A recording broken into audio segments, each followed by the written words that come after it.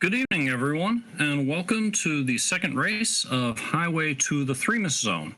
Got two racers coming out of the Tri-Talk group tonight.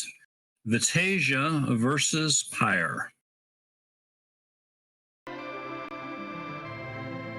And hey, this is Groundflier. I'm really excited for Threemus Zone finally getting started. How about you, Commander? It's been a long time coming.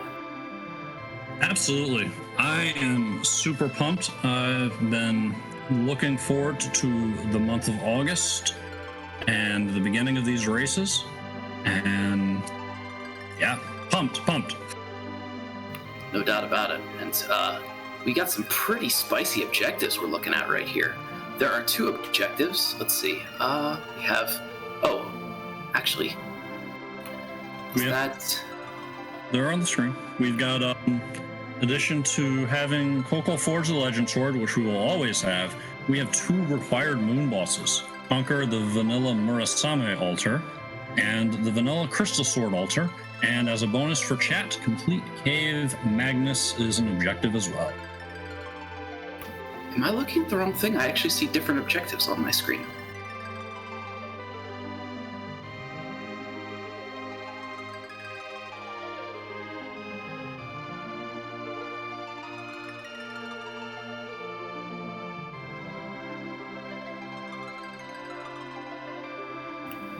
Okay. Apologies, I am just slightly confused. Okay, so... Minor technical difficulties, nothing to worry about here.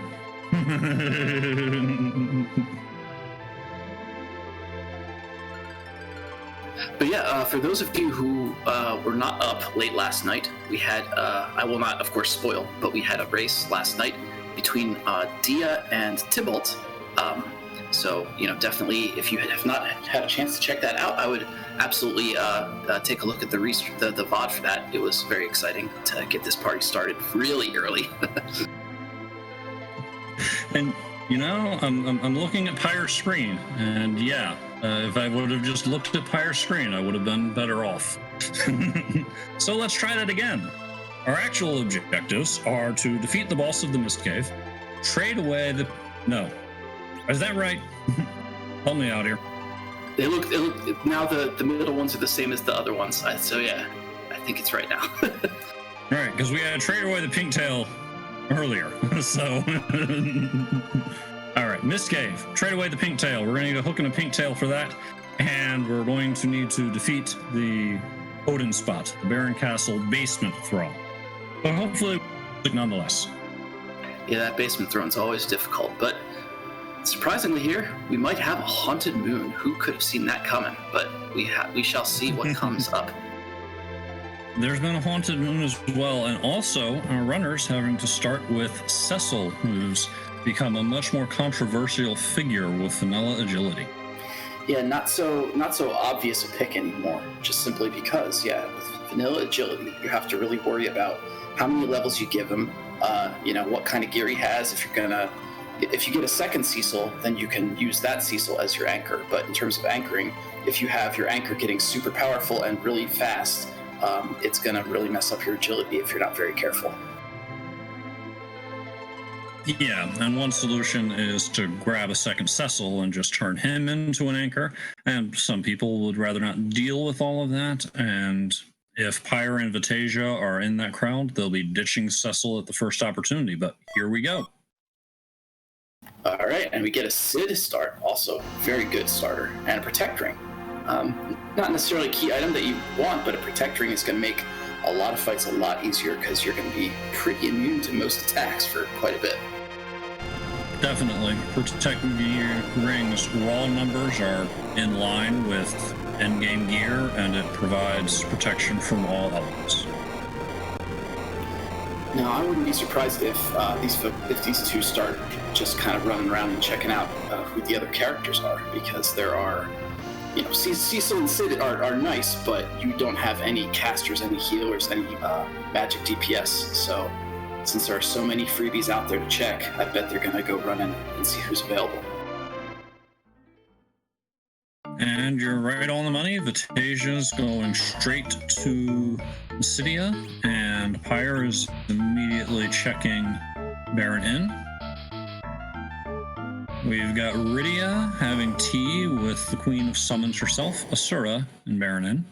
That's very appropriate. They probably know each other rather well. And we've got Rosa. Definitely want Rosa. Along with ... and Eddie. Maybe not as interesting, although there are spicy reasons to have him. Yeah, depending on how quickly the objectives run, Eddie strats could be on the table.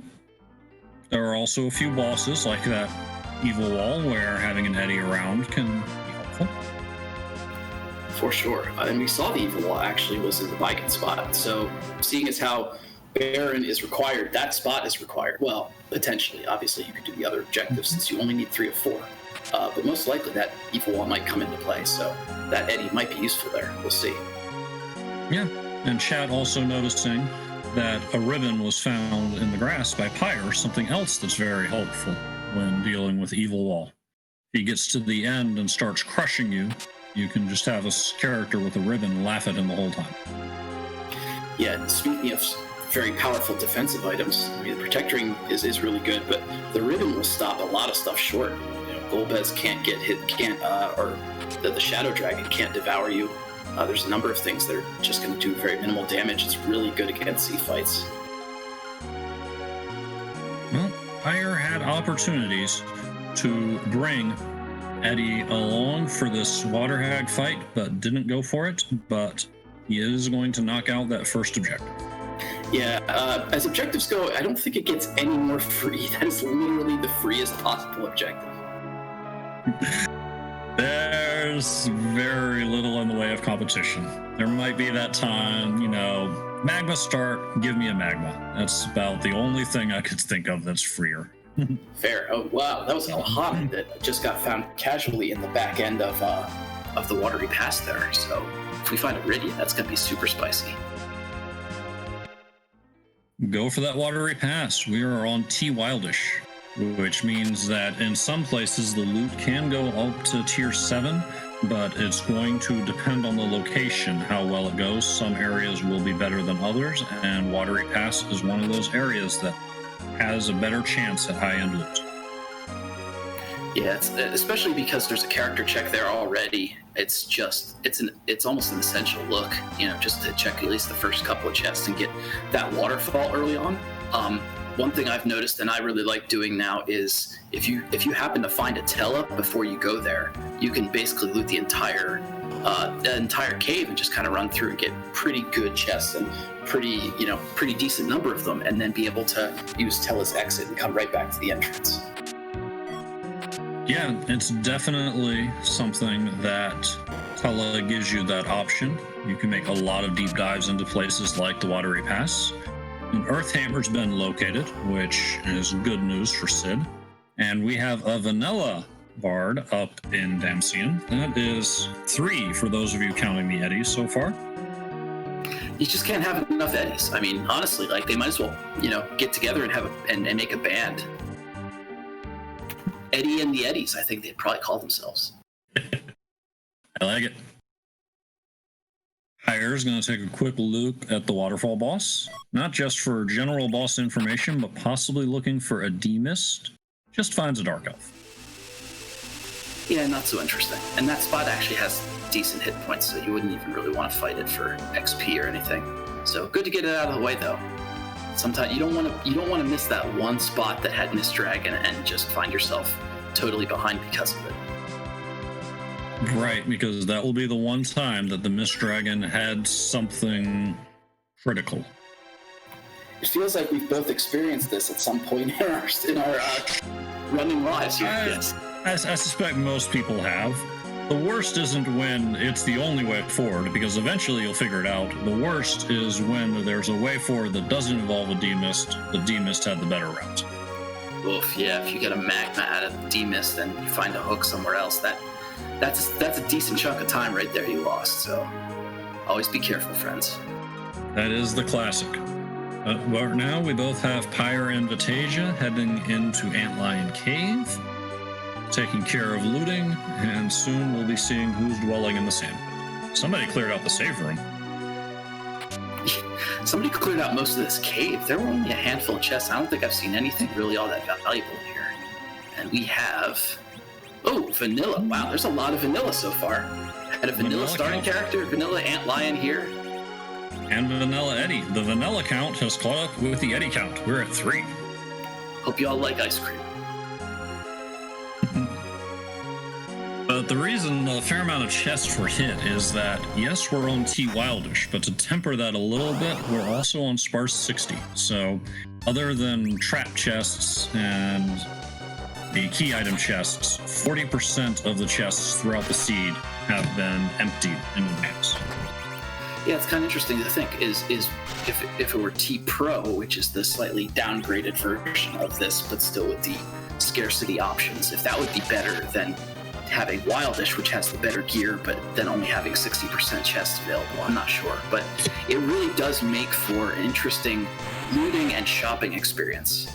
Simply because you need to get enough gear that you can sell it, that you can actually buy loot in the shops. So you do have to do some chest checking for sure. Yeah, and as with any run, that tension of needing to get loot and the time that you spend looting and when it's time to turn off looting and just go is something that you have to keep in mind and determine your party and how things look. Yes, figuring out when to stop looting is very much an inexact science because it's based on what characters you have, how spicy the dungeons that you've checked were, how many chests actually were open in the places you've checked, and just the items that you already have available to buy. There's so many factors that go into it. And I don't know about you, I am terrible at getting that right. I definitely over loot. It's a fine art, which makes it hard for me to judge how well I'm doing, to be perfectly frank. Oh goodness, Pyre just found it. Go ahead. Pyre found a curse ring in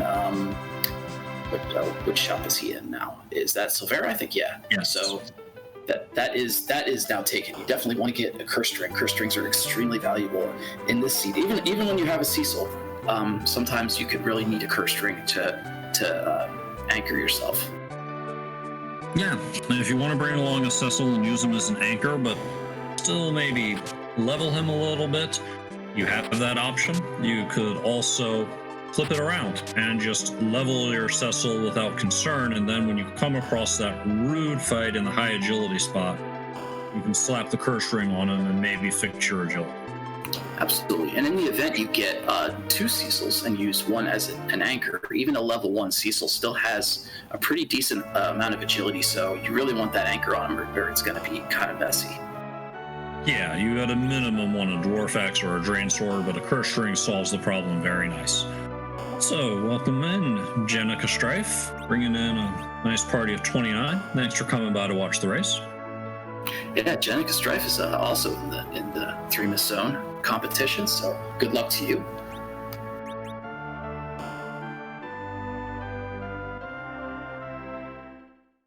Actually, to be honest, it seems like most of this chat is full of people that are racing at some point. I know we're all enthusiasts here, so we all want to be watching and playing all at the same time. So yes. I can't blame you. Absolutely. And haven't missed too much. We had an early Mist Cave objective that Pyre's taking care of, and there's a package in Antlion, and that's about it. Shopping and characters. Yeah, it's been kind of slow so far, which just means we just have to have more interesting conversation, Commander. So hopefully we're not too boring. No, I'm just kidding. I suspect we'll be fine. For sure. I'll take this party on up to Ordeals, see who the character is here, and it's Horum.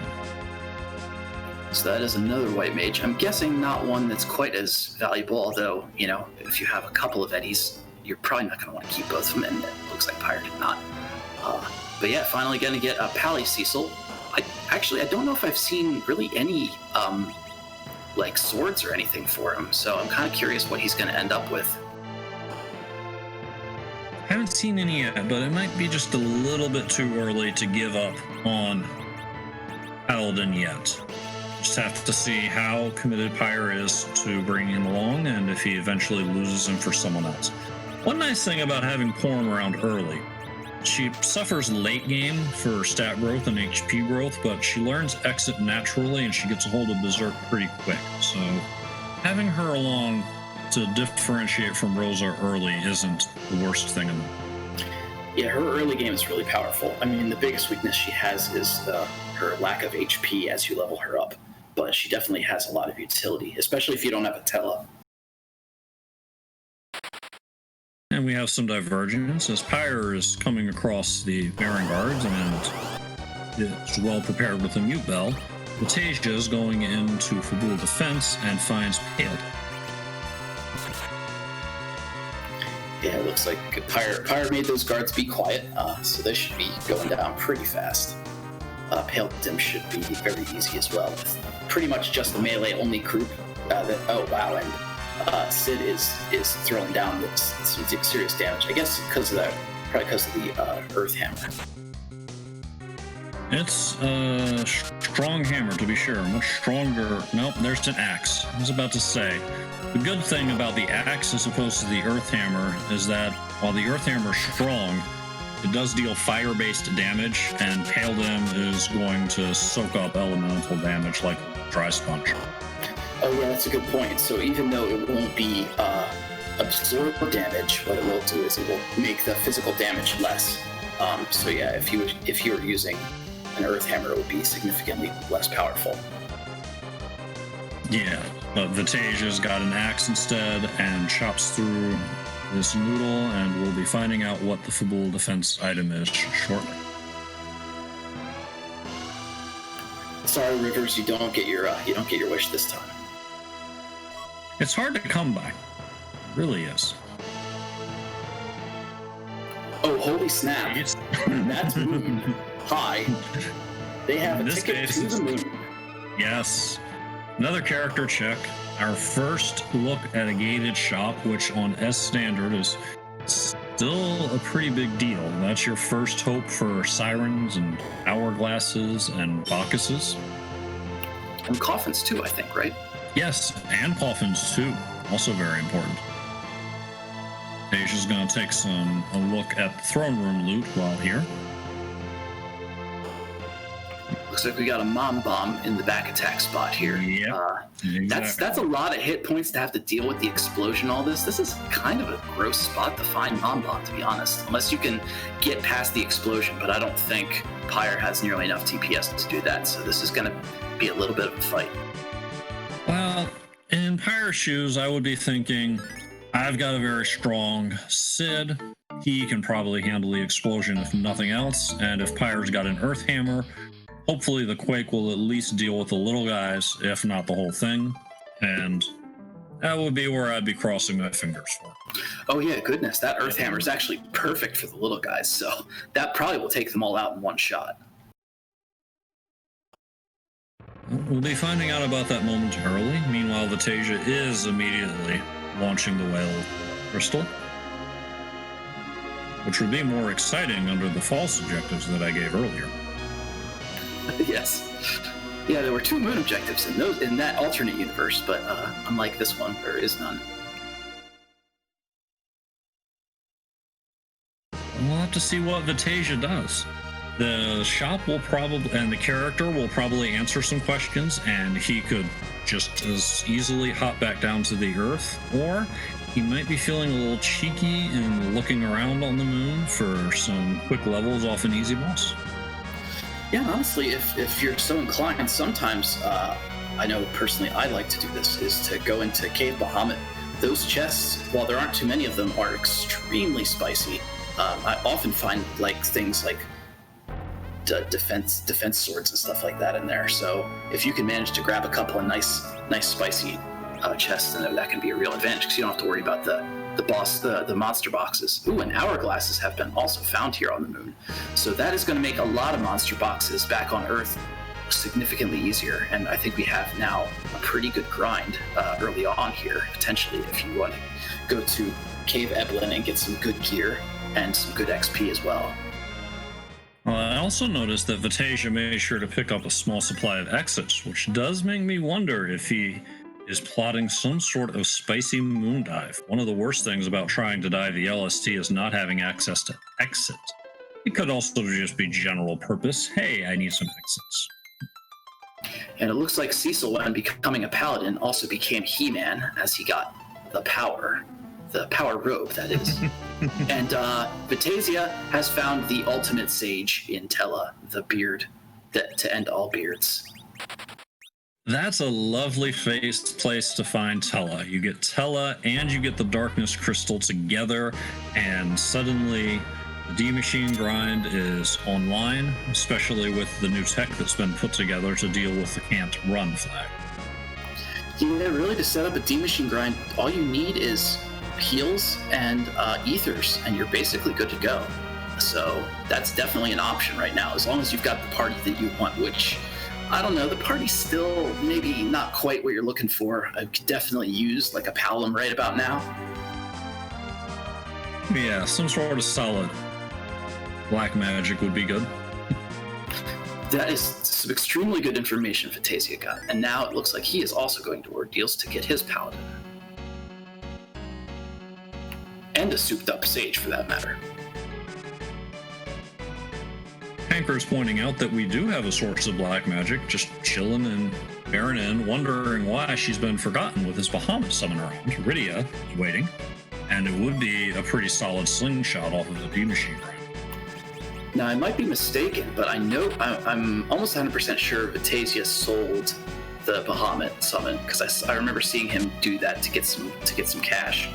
Pyre might have done the same too, so if that happened, I mean, if one of them didn't, then that's a huge advantage, because Bahamut is basically like a group nuke, and that gets super useful basically early and mid-game completely. Like, anything is just gone if you use it. Yeah, and they may well have sold it for loot, and that's perfectly valid, but still, slingshotting Rydia to nukes is a nice thing.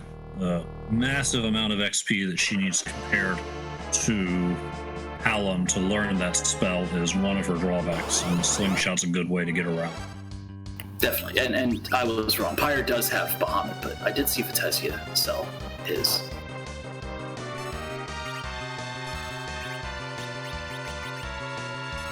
We've got a little back and forth, and Pyre still hasn't been to Fabul, so they don't know about the Darkness Crystal. It looks like he's going to head over to Baron and pick up Rydia. Yeah, we're still looking for a way underground, so I was actually... in fact, it has to be through Baron Inn, so we're going to find out, well, either where underground is located, or which way to go underground, or the location of the underground, because obviously you could get Baron Key, or you could get music, or any sort of thing like that. It is extremely likely that Baron Inn has the path to underground. If Baron Inn does not give us a key item, then we know it's that Elegant of Trolls demist at Magic Sisters. Oh wow, yeah, I hadn't even thought about that. Yes, that is one possibility. It is in the logic that even though you can't do all of Earth Crystal, you are able to access the first boss on Tower of Zot, and that first boss can be required to get underground. So it could be a demist that ends up leading to a magma key. That would be extremely spicy. And we have a blue robe. Which blue robe are we? It is. Ooh. Oh snap! It's the buffet. At least it's in the second slot. I find it ruder in the first slot, where that slot only had 1/10 the hit points, but you still don't ever like to see this. The one positive to this, however, is that this is a spot that normally does not give XP, but with the advent of the Alt Gauntlet, you actually do get experience from spots that don't give XP, so Pyre is going to get some levels out of this, which will be really helpful. The levels will definitely be welcome, and for a couple of the encounters that have more people, some Earthhammer might come into play, but it's still a huge time sink. If you weren't so dead certain that this had your progression, you might just check out and go somewhere else. Yeah, I wouldn't blame anybody that did that, but I don't know. I probably personally would stick it out, just because, like, at this point, I'm like, I've already done the one boss. I want to get that radio with a Bahamut. Like, I feel like that's such a huge power boost that it's hard to say no. There's absolutely plenty of incentive without the progression coming into play. No doubt. Nothing for Burr if fall. When I yeah. Hamilton with Vitasia. When you set up your little quotes or whatever, unfortunately, when your characters get put together, it doesn't quite make as useful sentences very often. I believe that was a Hamilton reference, if I am remembering correctly. You are correct. Don't tell anybody, but I haven't seen Hamilton yet. I won't tell anyone because I haven't seen it either. I think we're both in trouble.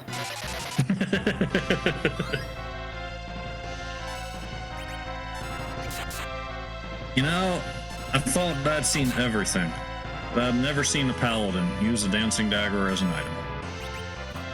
Yeah, I forgot that that's the thing you can do that actually is, yeah, when you don't have a real weapon, which in this case, I think Cecil still has basically nothing. That dancing dagger this early on is still definitely the preferred choice. Had some more deep lore being shown off on pyres. For anyone that didn't know, the electric fish are also flying fish. They have the float status and are unimpressed by the earth hammer as an item. Yeah, I would not want to pick one of those up if I were going fishing. I would be a little scared. You're like trying to throw your line and all of a sudden something catches it above the water? What in the world?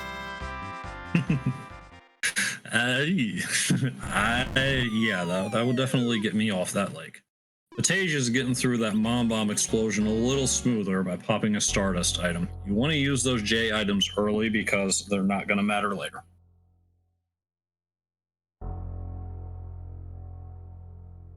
Yeah, Vitasia is about to get the power road here too as well, but also get that powered up Tella, which is going to be immense amounts of utility. And that alongside of the hourglasses is going to make a lot of fights real free.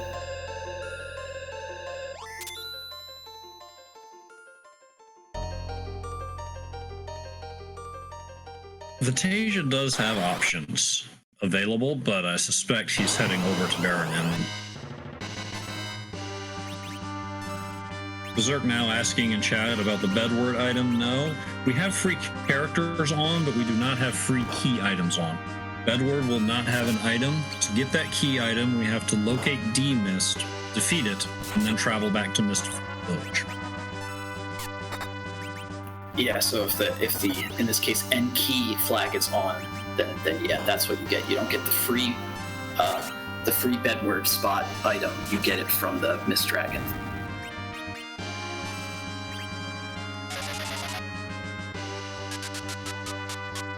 Pyre's almost through. Aquaworm's showing off a wave, but he's not nearly as proficient with it as Kanazor, for instance. Honestly, Aquaworm just wants to say hi. I just want to say hello to everyone. Wave, hi, I'm here. I know how to use Wave. I can be cool. Nah, sorry, Worm, you can't. Bye. You're not invited to the party. Don't even think about it.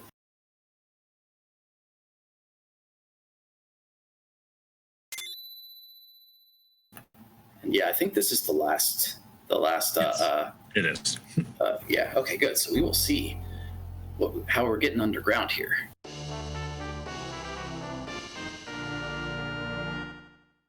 It is a Magma Mickey. All right, we got the easy freeway underground, which, you know, given the fact that he just had to go through that annoying gauntlet to get there, yeah, I guess that's fair. Right. I mean, chat would like to see a hook seed. Oh yeah, we all want to see the spiciest of the spice. Unless we're racing, then we want to see very easy seeds. But normally we want to see super spicy death seeds. Don't worry, chat. This could be Jetty, but there is still plenty of room for this seed to throw things at our runners. Stay tuned. Yeah, the fact that this is so key item gated means those key items could be anywhere. I mean, all of the value could be up on the moon for all we know. So we just gotta hope that that's the case. Just put a Valvalis in literally every spot. We're good. So I heard Rydia likes Sylph. Vitasia's finding Sylph in the aggro shop.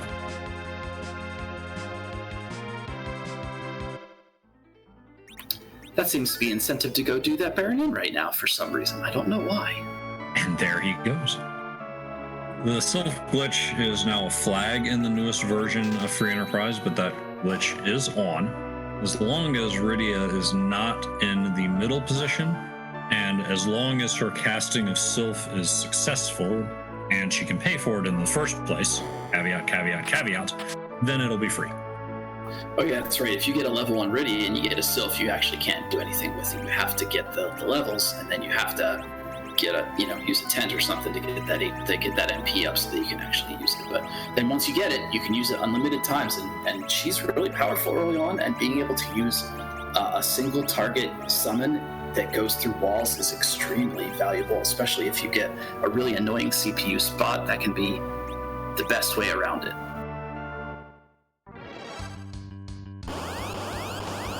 Yeah, Sylph is great for CPU to punch through that wall. Dissatisfied noting that with only 3 out of 4 objectives, Demist isn't going to completely block victory. So we have to hope for the really trolly things for our one spot. It needs to be a chain that holds multiple necessary items. Yeah, what you need is you need one item. You need one key item, go like Baron key, and then have behind the Baron key in the Baron spot, or behind the Odin spot, pieces of Legend Sword or Pink Tail or anything like that, or the hook, because actually the hook is still required here. So that's one positive to getting the Magma key I hadn't even thought about, is that they still don't have that other half to use hook to be able to hand in the Pink Tail to get that objective completed. Yeah, so deep rabbit holes are what we hope for in chat if we're rooting against the runners, which rooting for the seed perfectly. No. Yeah, I never like to say I'm rooting against the runners, because that sounds too mean, but I'm rooting for Final Fantasy IV Free Enterprise. Stay here a long time. Got another power shirt out of that chest. Power shirt's super nice.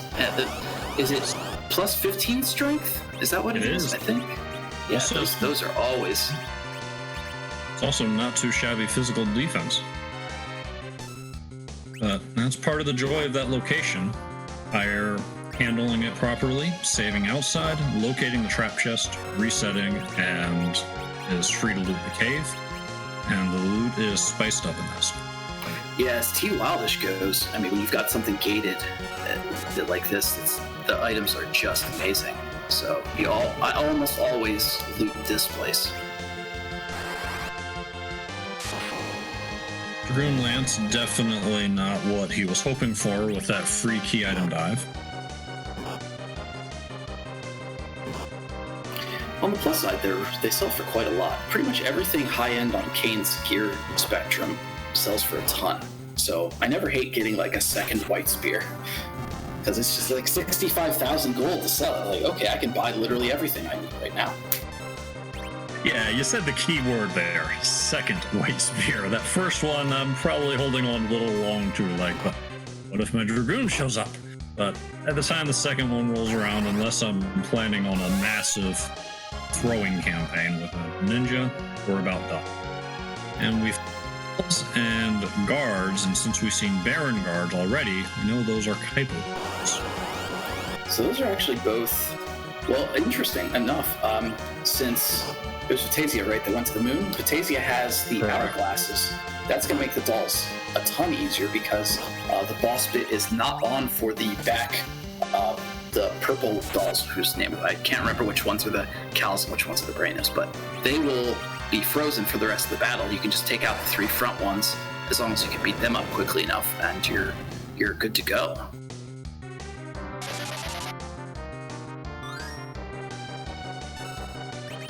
All right, now for now, rather than tangle with the bosses and spend some time going to check the freebies, which is almost never a bad idea, especially since he hasn't touched rules yet. Yeah, I'd say given the levels that Pyre is sporting right now, even if you could use hourglasses and take out those fights in Feymarch, they're going to take so long that it's not worth the time. You'd be better off getting quicker checks and coming back when you've got a couple more levels and then just being able to beat it up really fast. Unless, you just decide to fade it completely, which is almost always the correct move because Feymarch is almost always haunted. Until it isn't. Although, especially when probably the most efficient way to deal with those bosses, and that's drop a Bahamut on them. Oh yeah, that Bahamut is gonna blow away any group. Yeah, that's gonna be done in one shot, basically. Rydia's not ready for that yet. She's still level 1, but soon there may be a return visit. Pyre really wants to make sure that Rydia survives this upcoming fight, and I don't blame him.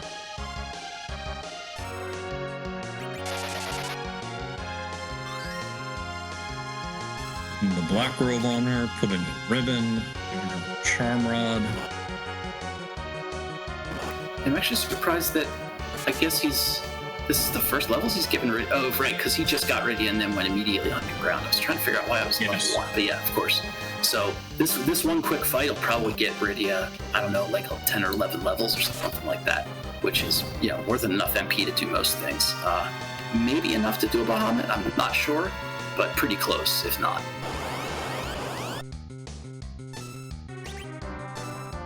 But first, there was a Paladin, and all of that gear lets Rydia take a hit and still be standing. Yeah, with 30 hit points, if you can take a single hit from anything and still be standing, it's pretty impressive.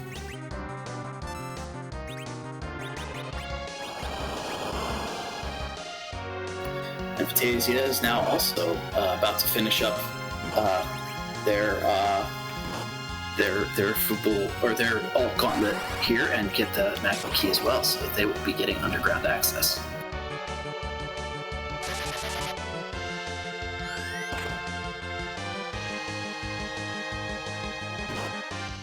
Oh yeah, and since Pyre is coming here for the first time, actually, I saw that he also got the Sheila 1 check set up by going and talking to Yang in the Sylph Cave, so we are going to see what that item is as well. Yeah.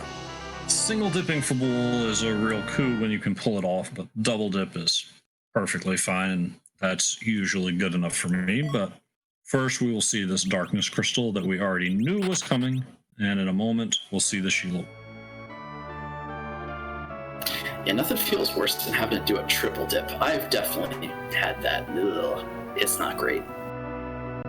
Sometimes that's what happens. The seed will troll you by having the king hold the pan, and then you're just ugh. Pyre, however, finds an earth crystal with a shield. That's going to be nice. Guess what that opens up?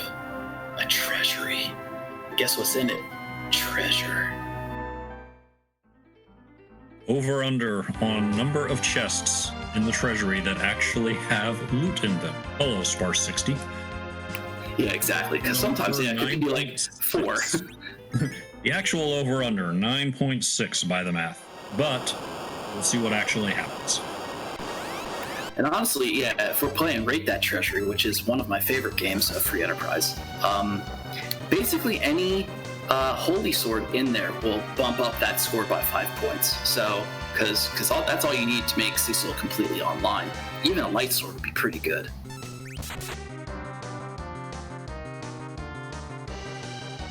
Melee weapon for Paladin, the biggest factor, without a doubt.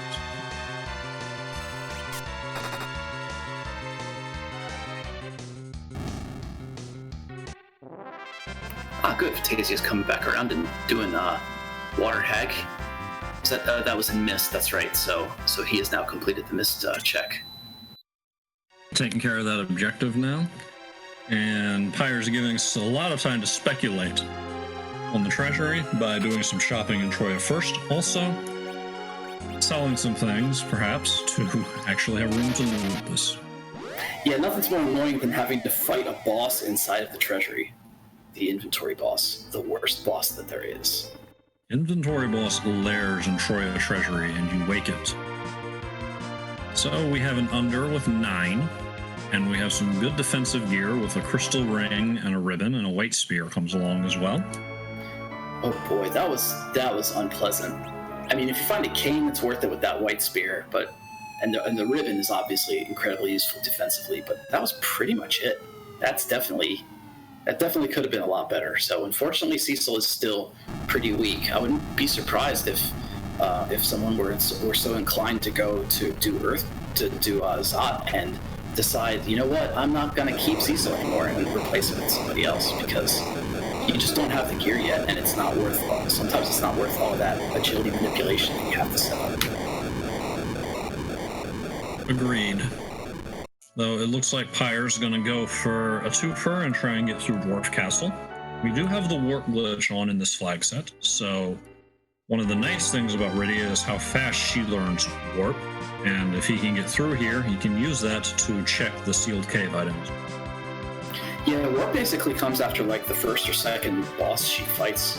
I think it might be like a level 11 or 12 spell or something like that. It's very, very early, as compared to Palom, who I think gets it at like 20-some? I don't remember. It's definitely higher. I'm not going to opine on a number, I don't know, but it's definitely takes a lot longer to get it from him, so you have to be really careful taking him into Dwarf, because you don't want to get there and then not have warp and feel really bad when you're done. Vitasia, hero of the people, a personnel service supervisor, is our job dwarf, and he's richly rewarded in that room. I saw a dwarf axe and a tiara and an hourglass too. Oh wow, that tiara! You know who loves tiaras? That'd be Rydia. That's basically her best hat. So, absolutely great. It is. It's terrific defensive gear for any of the ladies, but the fact that it adds 10 to the wisdom stat makes it perfectly suited for Rydia. And Zoe just raided us as well. Welcome, Zoe. Thank you for coming.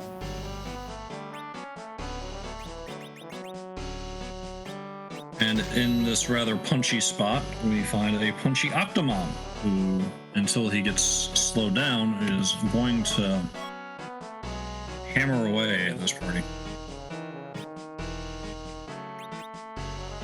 Yeah, sometimes if you're in the right spot and you don't have a ton of DPS, or you just have a bunch of characters that aren't going to be doing a whole lot, just kind of spamming the A button and letting everybody just hit with staves and all sorts of stuff is really helpful, because every couple of hits, one of the tentacles disappears, and every tentacle that disappears, the Octomam becomes slower. And by the time Octomam's down to like 1 or 2 tentacles, it's so slow that you can destroy with any party, basically. Yeah, in much tougher spots, he will knock 3 of your people down fast, and you get some blink set up and slow him down to the point that you can just start picking your people up and re-blinking them one by one, and still have a full group standing by the time he falls. Yeah, Octomam's not to be underestimated, especially because even if you have a nice, even if your one powerhouse is Cecil and he's rocking a holy sword, Octomam is actually strong against holy, so it doesn't even work that well. However, not so strong against Bahamut. Few things are. You need something like a Cave Magnus magic defense to even stand up to Bahamut a little bit.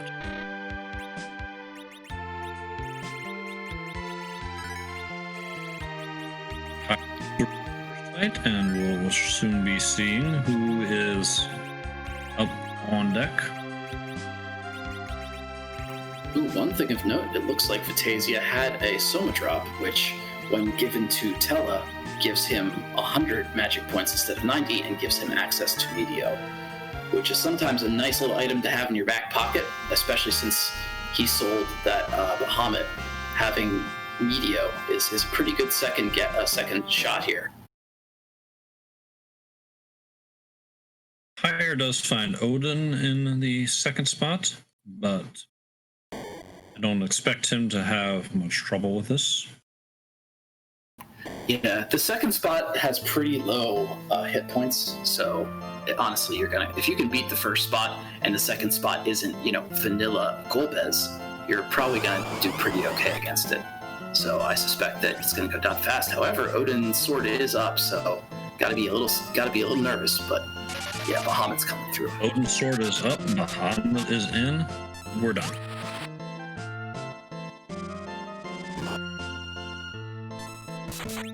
Power overwhelming, I will show you how.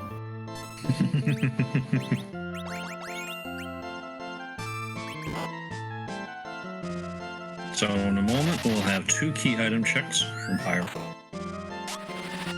Will it be more trolley loot, the way we've gotten most of the seed, or will we have some more key items?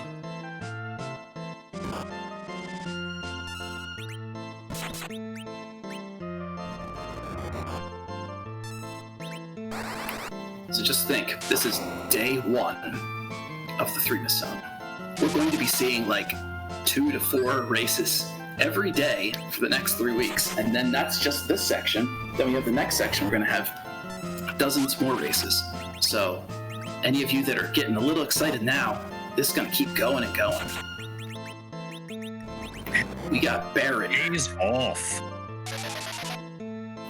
Hi, welcome to another objective opening.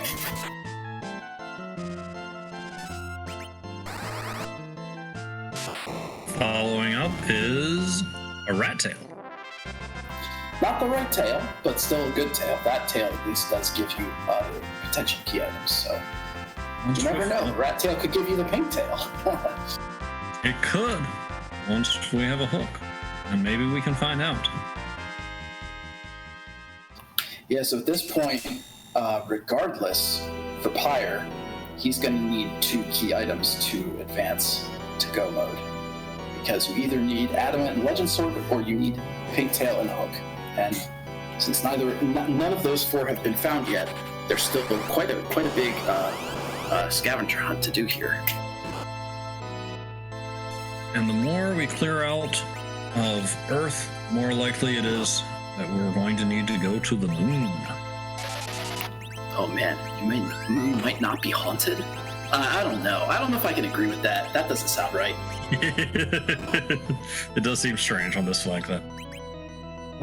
To something you were saying earlier, with so many matches coming up in the next few weeks, it's not going to be possible for us to restream them all.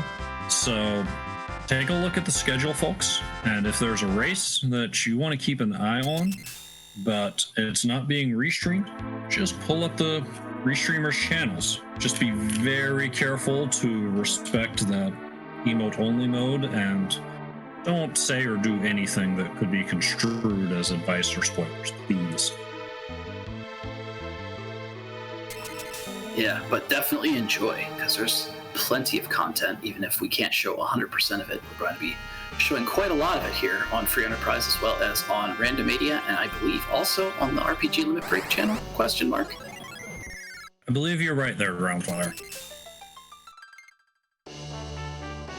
And we're going to give you as much action as we can. There's far more people that are interested in comms and tracking and restreams than just the people bringing you this race tonight. But just the sheer logistics say that we won't get everybody, but we're going to do our best to give you matches involving every runner at least once, and also to give you the matches later on that are going to have a big impact on how the tournament shakes out. Yes, you're going to see everybody. You're going to see spicy races. You're going to see a lot of good stuff. I can't wait to just find out about new folks. Like, there's so many people that are racing that I've never heard of just because I haven't seen them race for whatever reason, because there's a lot of people in the community, and I'm really excited to see, who's going to come out on top, who the surprises are going to be, because there's definitely going to be some names that are going to come out of here that we won't be expecting to be big, and they're going to make a big impression. And I'm really excited to find out who all those folks are and just see where things go. Absolutely. One of the wonderful things about this flag set that's been put together is that you can find multiple ways through a seed depending on how the key items shake out, and there's a lot of room for swingy results. Cannot go into any match I can't tell you the number of top runners I've seen chatting about this and saying, I take no race for granted with these flags. It could go either way on any given day. Yeah, there are often times where you have a divergent possibility that's way spicier, going to take a little more time, but you know potentially that your opponent's not going to do it because maybe it's not as efficient to necessarily go in that spot, or they don't necessarily always do that. So you can see divergence. I mean, speaking of divergence, like we literally have two key item paths that are open to us right now. So it's very likely that we could see two completely different routes for both of these runners. Well, speaking of dialogue, Dr. Dialogue has usurped the Baron throne.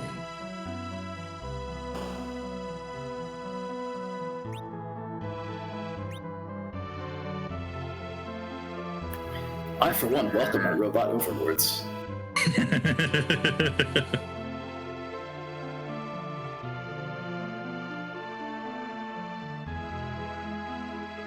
Well, Vitasia is dove into Feymarch and might just be heading out. Did Vitasia even get a look at the bosses? Yeah, I'm not sure if I even saw him walk in, but I was paying attention to the robot, so either way, he is not doing them. At least not yet. I have a feeling, though, if both folks take which one of them went to the moon? I've already forgotten. Oh, it was Vitasia. So yes, he's got the hourglasses. So those fights are definitely a lot easier for him if he wants to come back at some point when he's a little bit stronger. That Feymarch can sometimes be a trap. I know that there are certainly runners that just don't want to even look at the bosses. They say, I'm not going to fall for your bait. I'm not going to listen to your siren wiles, Feymarch. I'm getting my key item, and I'm getting out. Yeah, those spots have such high hit points, high attack, high magic attack. They are not to be taken for granted. They will crush you. They're definitely, I would say, even stronger than the Odin spot. They're I would say the strongest spots on Earth. So, if you're there, you're not always in the right spot to take them on. And if you try to take them on too early and you end up fighting something for like 7 or 8 minutes, it really doesn't feel good when you're done. Even if you get something that's somewhat valuable, it might be better to have waited, get some levels, and come back. So, it's a difficult decision. Sometimes that is the right play, but you have to be very careful. You can have this item, but it will come with a price. And in particular, with Vitasia holding on to a Baron key, one of the golden rules, always check your objectives. Vitasia has not forgotten that and is on their way to get the apple that Pyre found in the trash can. An apple a day keeps the doctor away. Wait, but we just beat the doctor. Wait, that doesn't work. Yeah, well, maybe that's why the doctor was guarding an apple. Oh yeah, there you go. I'll keep all the apples away, so you have to come to me. The evil master plan of Dr. Luggage has been foiled by our brave heroes. If it weren't for them meddling kids and old people. Right? Whippersnappers, no respect. Pyre, darn right, is at least going to look at this boss and take it on if he can. Yeah, I think in this instance, honestly, in almost any instance, I think it's good to just run down an eyeball, but especially because it's required. You definitely want to know what you're facing here. And we still don't know. It's the Superstar. Oh, now we know. Oh, Plague. That's actually maybe the one you'd want to see the most here, just simply because, yes, you have to cheese it, and it's not going to be quick, but it's a simple fight. You just have to kind of keep killing and resurrecting folks so that you get that plague timer restarting over and over again. But it's doable. But yeah, if he goes for it right now, this is not going to be a short fight for sure. Well, you can do it now, or you can commit to finding the pink tail and the hook and both pieces of foot. No, you take it. You get it done. You get it over and done with now. I would not want to walk away. Yeah, that's the thing. At this point, you don't even have part of either of the other objectives. Like, this is the one thing you have right in front of you. And you have Bahamut, so it's not going to be that slow. Bahamut will definitely change your calculus for a lot of things. But Pyre's working through this just fine. Bring someone up, knock him down, got a hammer going nuts, firing away with Bahamut. And I don't think this is going to take as long for him as it otherwise could. Yeah, unfortunately for Vitasia, it will be longer just simply by not having that Bahamut. That will be a decent sized difference, but should still be doable. It'll just take a couple more minutes.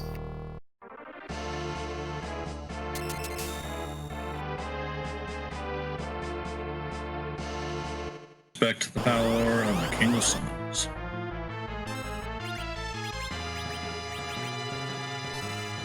Gotta be honest with you, if I saw a floating one-eyed beast thing and it like a Grim Reaper came out of my head, I'd be really nervous. I don't know, that seems like not a good thing. Definitely. Like, just, you know, all the bosses are kind of menacing, but that one seems like the most menacing to me. Just like a floating Grim Reaper calling monster, just pretty scary. And another ribbon to add to the collection. So not a key item here, not anything that's going to lead to more objectives or potential objective checks in the future here, but still a third ribbon. I mean, you throw another ribbon on somebody else and you're even more indestructible. And one of the nice things about ribbon is I believe that's one of the two items along with the adamant armor, which is not in this flag set, that will stop Golbez's Shadow Dragon from devouring you. So if you have 3 characters with ribbons on, you're probably just going to go in with a full party or pretty close to it. And that's going to make that fight trivial. Just depends on how much board AI is on its game for that fight. So how many of your characters survive. But Dragon's going to always take a certain number of attacks, and if all of those hit ribbon wearers, then you're home free. Most definitely. Pyre demonstrating that he is a hero of the people, checking on our job dwarf, and will be rewarded with some lovely loot in this room. It's nice when the memes offer rewards as well. And of course, what does this objective offer us? Oh no, that's right. I was going to say it offers Magnus, but that was in the alternate timeline with the other objective. My apologies. Don't listen to me. I'm thinking it with other brain thoughts. But hopefully, you know, hopefully we will see Harp come up pretty soon, because I would love to hear some music. We always want the music. There's a good chance that when our runners are done, they will take advantage of a new feature in the version that's recently been released. Once you beat a seed, it used to be you had to look at the spoiler log and figure out your path to Twin Harp. Now you can just go straight to the hospital and play the Twin Harp and find out what the song is right then and there. But you have to beat the seed first. Yeah, and you have to make it a certain portion through the credits for the flag to unlock. I think it is, well, for what I do is I wait until the numbers stop scrolling, and then, you know, they'll start showing the key item locations, and then it's always safe to reset, and then you can go check out the music. That's a good point, groundflier. A few of us have definitely been burned resetting too early to miss out on that feature, which sad. I am definitely one of those people. Very sad.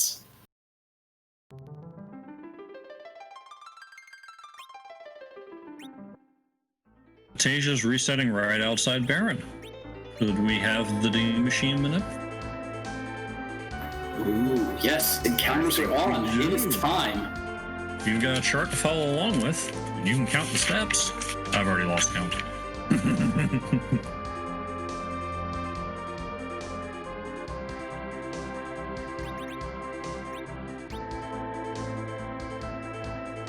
Vitasia. I got up to like 44, I think. I'm getting. And Vitasia, understandably not sure. Did I really turn encounters on? I can't possibly have stepped this many times. I'm looking at the chart now. The biggest number on this chart is 131, and all I can say is oof. Yeah, at this point you just reset because that's just a lot. If you're not even sure about your number, if you're like, am I at 62 or 63? Just reset and go for it again.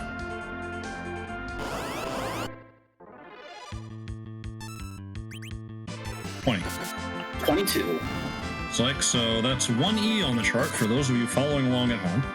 What that means is that Vitasia is going to need to take one more fight in this area, and then turn encounters off, and the E says that the grind fight that he's looking for will be in the elements room. Although chat is correcting me at 23. Oh, did I miscount? That's my fault. I thought it was 22 as well. But if it's 23, that's a 3S. So you don't... That's actually really unfortunate, because then you... No. Seems like it's... He's going up, so it's definitely not a 3. Or maybe chat's wrong. Chat, are you all wrong? No, I'm just teasing. I'm teasing. 0 might be 24? Who knows? We'll find out. Yeah, very curious. Oh, I was wondering what Vitasia was doing. It looks like he is going and grabbing some ethers. Yeah.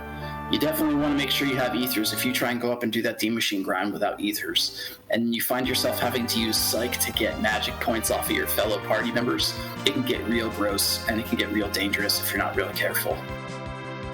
It's not pretty at all. However, Pyre, while Vitasia's been showing off the D-Machine manip in Baron, is taking on Feymarch. He's already knocked down the guards with Bahamut and has received a spoon for his trouble and is moving on to the dolls.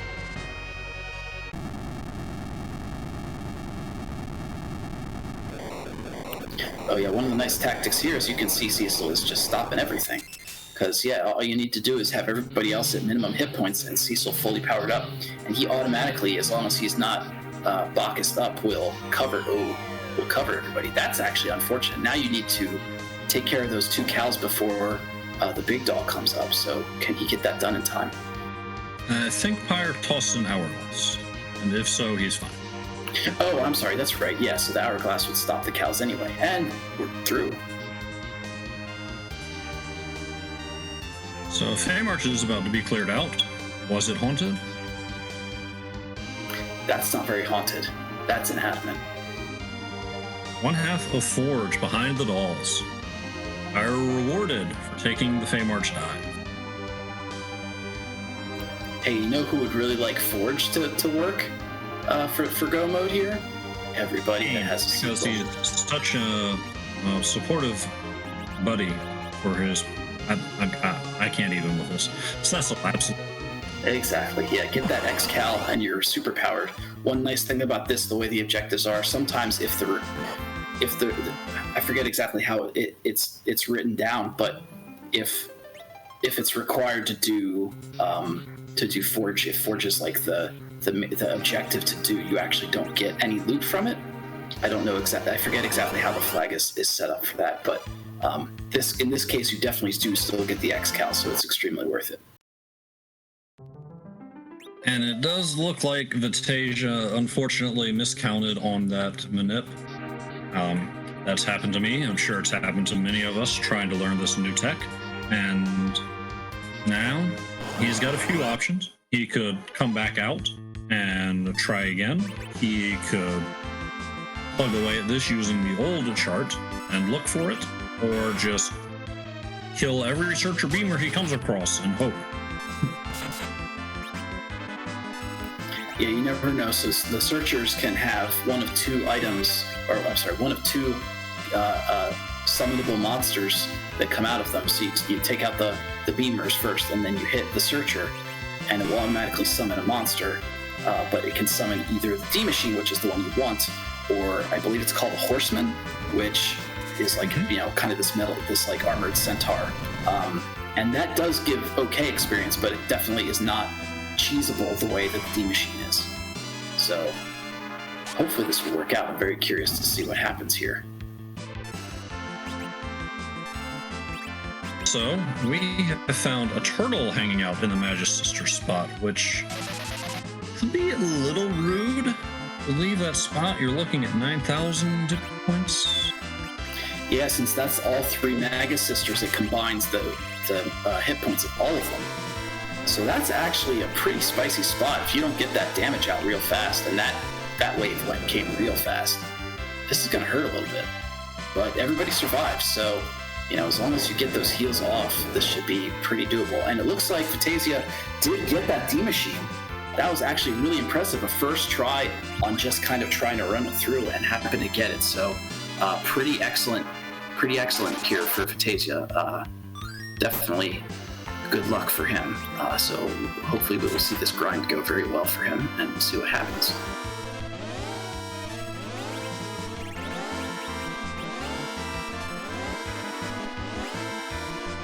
Pyre's going with the charge ahead strategy on Kainaza.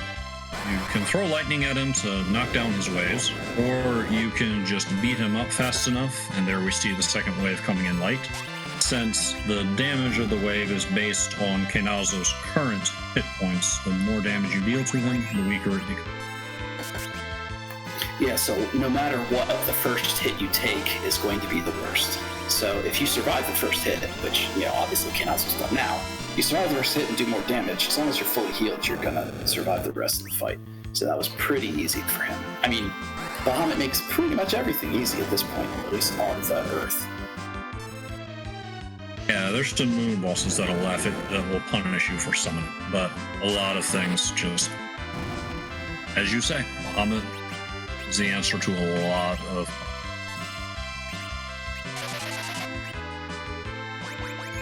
So our first character here on Zot is another Eddie. I believe that brings our Eddie counter up to 4. So you've got your starting vocals, and you've got drums and bass and guitar. So that's pretty good band you got going there. And then Iridia again. Probably not going to take either of those characters though, unfortunately. Probably not. Oh wait, actually we did a double Bahamut. Yes. Bahamut, double Sylph. No. The thing that bites about Bahamut is that you can't use that against Z, really, because if you use... Actually, what happens if you use a summon against Z? Because I don't think I've ever done it, and I know it's bad. It's a counter of something, kind of. I believe in the free enterprise, it's just a counter nuke, but I think in the vanilla game, it's Ruru. But we have more vanilla. The vanilla count is keeping up with the Eddie count.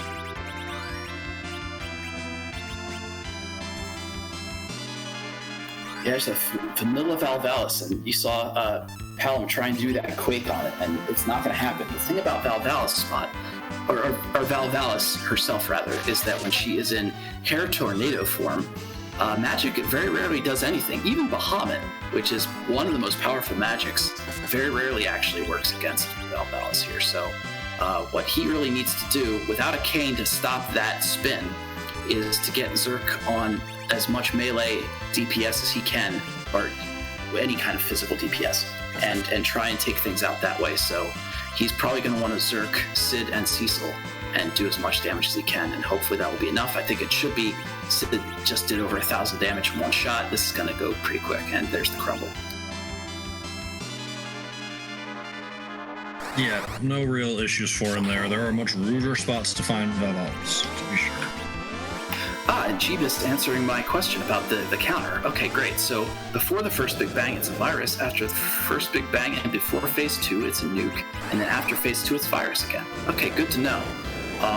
That's actually not as punishing as I thought. That, not to say it's not punishing, but that's interesting. The thing is, you can't reflect Bahamut like you can reflect nuke. So you're always going to have that counter every time you use it. And if you're good enough to time a nerf on Bahamut, which I'm going to say has a casting time of 4, props to you. You're a better player than I am. Yeah, if you can put that together, I'm just going to give you you're the champ. just take the crown. You win. But Pyre finds an Avenger for clearing out Tower of Zot, and that's a wonderful word. And we have a question in chat from Slimmy. why is Vitasia using life on the dead D machine? Groundflier, you want to take that?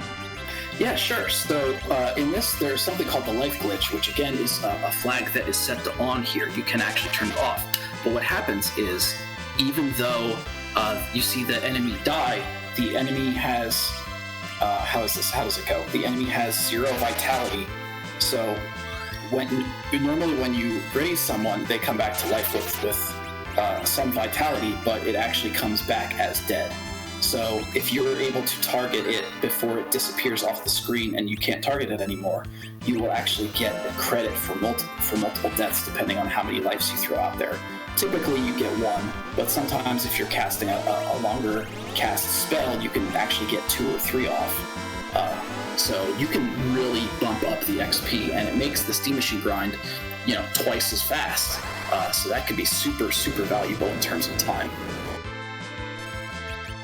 And there you have it, the life glitch in a nutshell. Pyre, making their way up to the moon at last. Not a bad thought to completely clear out Earth. You don't want to go up and down to the moon, back and forth, and sit through that cutscene too many times. And as you might have noticed from Groundflier's reactions to the moon being required, it's not at all uncommon to be able to get 3 of your 4 objectives just on Earth in this fight. Yeah, the thing is, right, exactly, because you have 3 of 4 to finish, it's possible that the objective that you don't finish would be on the moon. So you can, the odds of a pseudo haunted moon are higher because you don't necessarily need to go there, even if there is an objective there.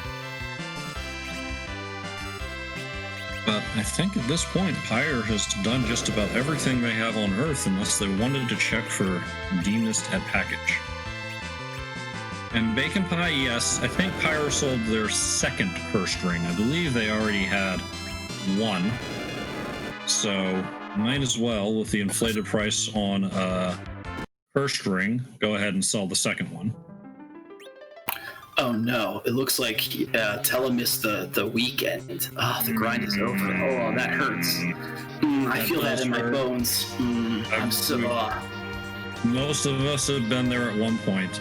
The D machine is a lot of XP, but if it goes off the rails on you, one thing that might help in the future is putting Tella in the middle slot. Don't want that weak to miss, and a character in the middle slot doesn't just have boost to accuracy for melee attacks, they have that same boost on their spells as well. Yeah, and in the case where you have Tella with a cursed ring, because you're using them as an agility anchor, you actually want to take that off to give a better probability of using weak very oftentimes. But yeah, yes. It's tough, but hopefully he bounces back and finds another D machine grind here. But it's going to be difficult because, again, with the can't run flag on, anytime he sees an enemy here, it's not like you see him resetting. He can't just run away like he normally would be able to have done in other flag sets. He actually has to either fight or reset.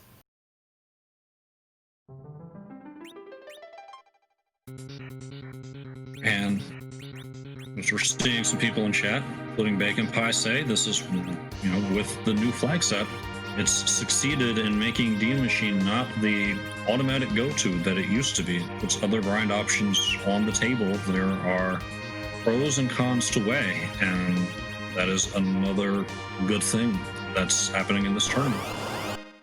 Yeah, this tournament has really forced people to find a lot of different grind options. Now, for group flags, very often, because you have S standard, sirens are available somewhere.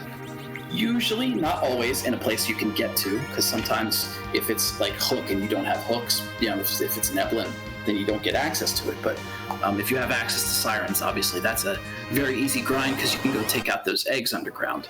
But then there are a lot of other kinds of more esoteric grinds, a lot of which I'm not super familiar with. That sometimes you can do chest grinds, or if you find hourglasses, you can go into Sylph Cave and do the little fire bosses. I think that's pretty decent XP. You can do wall grinds if you have a Luca key. There's a whole lot of different ways you can go. So even though we do have that the Baron seeding set up now for the D Machine grind. There are a lot of other ways to go if you can't get that set up, or if something else presents itself that's actually even better. And this is tech that came into being very recently, because we didn't see this flag set till about a month before the tournament started, but that was enough time for some of our community members that really dive into the data to get a hold of the random encounters tables and set up charts not just for D Machine, but for other popular grinds too. There's a similar manip chart for the Mac Giant. There's a manip chart for the Reaction and the Warlocks too, if you are that determined. Yeah, the downside for those being, since they're not searcher and you can recycle through them, it's literally a single fight. But sometimes that single fight can make or break anything. If you can just go up and know that you're going to have 3 Warlocks and 2 of them get life glitched, that's super valuable as a starting point. All right, I will be personally surprised if I manip a Warlock fight, but better to have the tool and not need it. Exactly, and they all basically work the same way, if I'm not mistaken, in terms of just, counting your steps and figuring out what position you're in and getting all that set up. So it's a pretty simple maneuver that you do the same way for different reasons, and, with a different little grid of numbers to look at to figure out what to do. And very thankfully, Vitasia has found another D Machine, so hopefully he can get this grind this time. I'm definitely rooting for him. It's tough, but you just got to keep on top of those hit points sometimes. And if things go south, try and be aggressive with your healing and make sure your characters are high enough that you can bounce back. Pyre, meanwhile, is making the moon dive. Having cleared out Earth, chat pointed out that Keyless Tower has been left on the table. But moon bosses, lots of key items. It could also be finishing up your grind while at the same time getting you going. Absolutely, and I think we still have, we still have Mist actually to find. But the bigger thing is we have one of the super free bosses. There's Water Hag, which we found at Mist. But there's also, I believe King and Queen Evelyn are still available somewhere. So if that's in one of these moon boss spots, that's a free ton of experience and a free key item or 2. And Chad is pointing out another happy spot that King Queen Evelyn could be, and because imps, I'm getting confused. Too many things at once. Vitasia hasn't checked element spot. Finding King Queen Evelyn there is a lovely boost to your D Machine grind. Yes, we have Leg in the the White Spear spot. There we go. That's, even Rubicon is going to get crushed by Bahamut. Bahamut is, do you recall, I know it is not like fire damage. Is it non-elemental? Is it holy? It is non-elemental, I do believe, just like Nuke. So yeah, that means it's gonna beat up anybody, basically, except obviously Valvalis and Spin Form. But even Rubicant is going to get pretty wrecked, as long as Rydia does not get that glare. As you can see, that glare is one-shotting people like with no remorse. And Cecil's got a curse ring on and is wearing some equipment that is resisting fire, so all of these fiery attacks will heal him.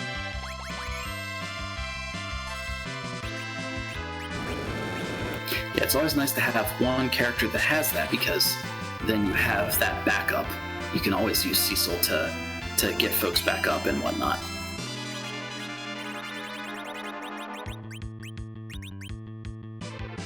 Rubicon showing that he's punchy in this spot, knocking down Palom all the way in the back row without any trouble, and just about putting down a very beefy Sid. Oh, and it looks like Cecil actually has Avenger Sword on, which in this case, what it's doing is it's prompting those Fire 2 counters. And unfortunately, as opposed to the Bahamut, is not doing nearly as much damage. So that might actually be a detriment to this fight, just because every single time that's hitting, it's a couple hundred damage. But at least in the White Spear spot, magic is pretty low. So this, compared to other spots, it will be not nearly as bad to take those hits. You can see he's mostly surviving them.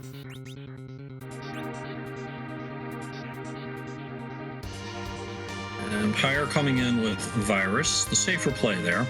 Rubicant is very vulnerable to ice, but only when he's showing leg with the cloak open. Once he closes it up, ice attacks and any elemental attacks heal him, so with a non-elemental shot means you don't have to worry about that time. Yeah, you have to be very careful getting an Ice 2 or an Ice 3, which have a much longer timing to go off while that cape is open, especially in really fast spots. But obviously, when you've got a dragon that's just mega nuking him in the face, you don't have to worry about that so much. And Rubicante is down. And we're about to find out the reward from there. In the meantime, and it's a Sand Ruby. Meanwhile, Vitasia has cleaned up their D-Machine grind. Storian in chat letting us know that he got about 14 levels for his trouble. Yeah, it looked like maybe a slightly faster grind than sometimes what we see, so I'm not sure what levels all of his characters are at, but he'll definitely be a lot more powerful to take on some stuff. And I believe Pyre, let's see, counting numbers, 9 key items, so 1 key item away from getting that double experience, which you always want to see that.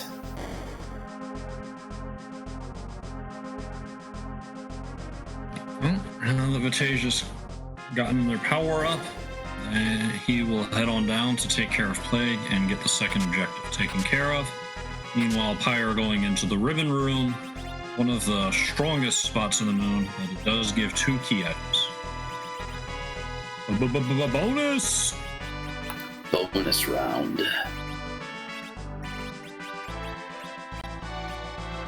But also, that's a real punchy spot. That mist is going to beat you up pretty good. So, and it's a long fight too. Oh, I see.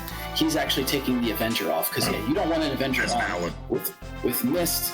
At some point, the script happens that mist turns literally into mist and is no longer hittable.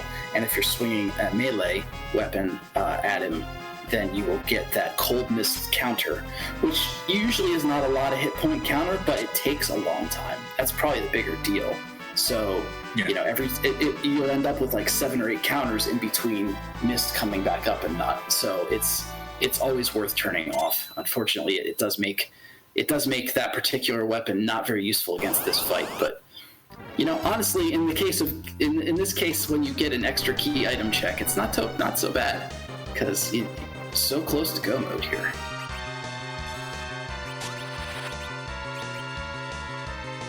And the potential pitfall here, for me particularly, and probably for others as well, is finding a D-Mist on the moon, and you're faced with the choice of, do I run down to Earth and check it? Probably not if it's the only thing, but if you don't do it right away, you better not forget it. Yeah, that's one nice thing about a lot of the trackers that are available out there, especially the newer updates of them, is that they often remind you, or there's a little, sometimes there's an icon with a mist dragon on. You can click, and then it will pop up that you need to check the mist spot. But yeah, any kinds of reminders you can have will be helpful, because oftentimes you're searching around a lot of places and you kind of blank on that one obvious one, because you're thinking, okay, which bosses do I need to take out? But mist is just right there available for you. So if you don't remember it, you could end up going, to all ends of the earth and totally forget where it was. Totally forget you have that until like the last minute. So you don't want to, especially since it's such a quick check. It has definitely happened to the best of us at one time or another. And it's also happened to me. You're one of the best of us, Groundflier. I don't know.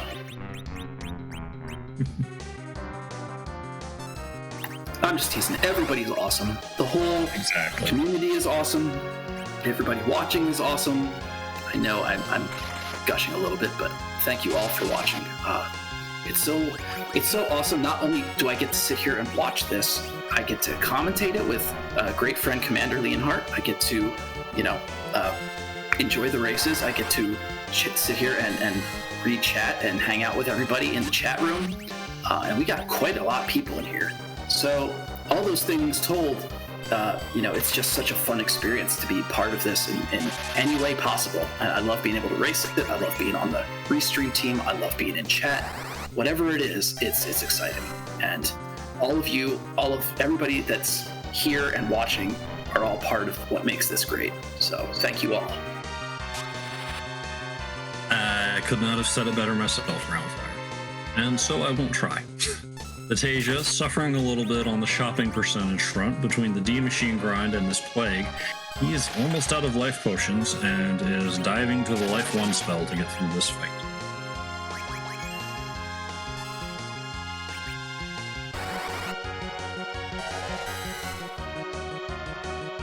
Eventually, looks like he's going to be able to get through, and he'll get a ribbon for his trouble and an objective. I'll be curious to see if he commits to clearing out Earth and makes the keyless tower play. It has been known to be, the key play at times. And hey, with all the vanilla that's been in this seed so far, vanilla top of tower is key. So I wouldn't be surprised to see it there, to be quite honest. Vanilla tower key leading to go mode? Never happened. Absolutely never. It has been documented. 0%. It's a secret quirk in the seed generation.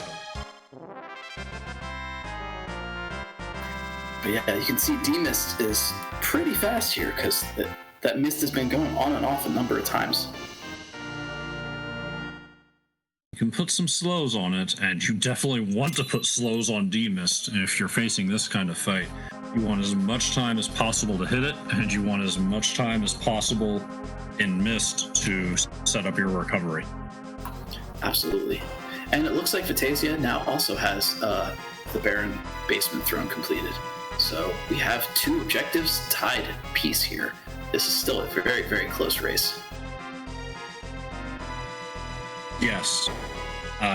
Can't count the number of times I've seen it watching where things go a little bit sideways for one runner and they start to lose ground, but they make their way to the right check and suddenly they're right back in the race, and we still have plenty of room to work with here. Absolutely. Like, we have the adamant, we know where that is because Pyre has it, but there are still 3 other items that would comprise 1.5 of the objectives that are remaining. So those could be anywhere in places that we have not seen yet. So there are a lot of those places that are still out there. So I'm very curious to see what comes up. Because, yeah, we don't have a hook yet, and that hook will lead to a rat tail check. A gnat could be value. Mist could be value. And there's so many key items left to look at up on the moon. We've only seen literally the one. So there's a lot to see left, and I don't think we ever did get to see Zod. No, I'm sorry, Zod was checked. Never mind. Yeah, Zod was the Avenger. That's right. Yeah. A lot to keep up with. And there are a few items that haven't been found that are still chains. You mentioned the hook to the rat tail, but we are also still in search of Twin Heart, Tower Key that was mentioned, and the pan. Yeah, and that pan's especially spicy. That is, well, if you've already done Sheila 1, which in this case they have, it's 2 more checks, but that's 2 checks with 1 item. Like, that's a quick thing to just throw out there, and you could literally get both pieces of go mode for an objective here. So that's a big deal. There's a lot of big deals left, which is really exciting. Twin Heart to pan to Pink Tail and Legend Sword. That's how. Ooh, I like it.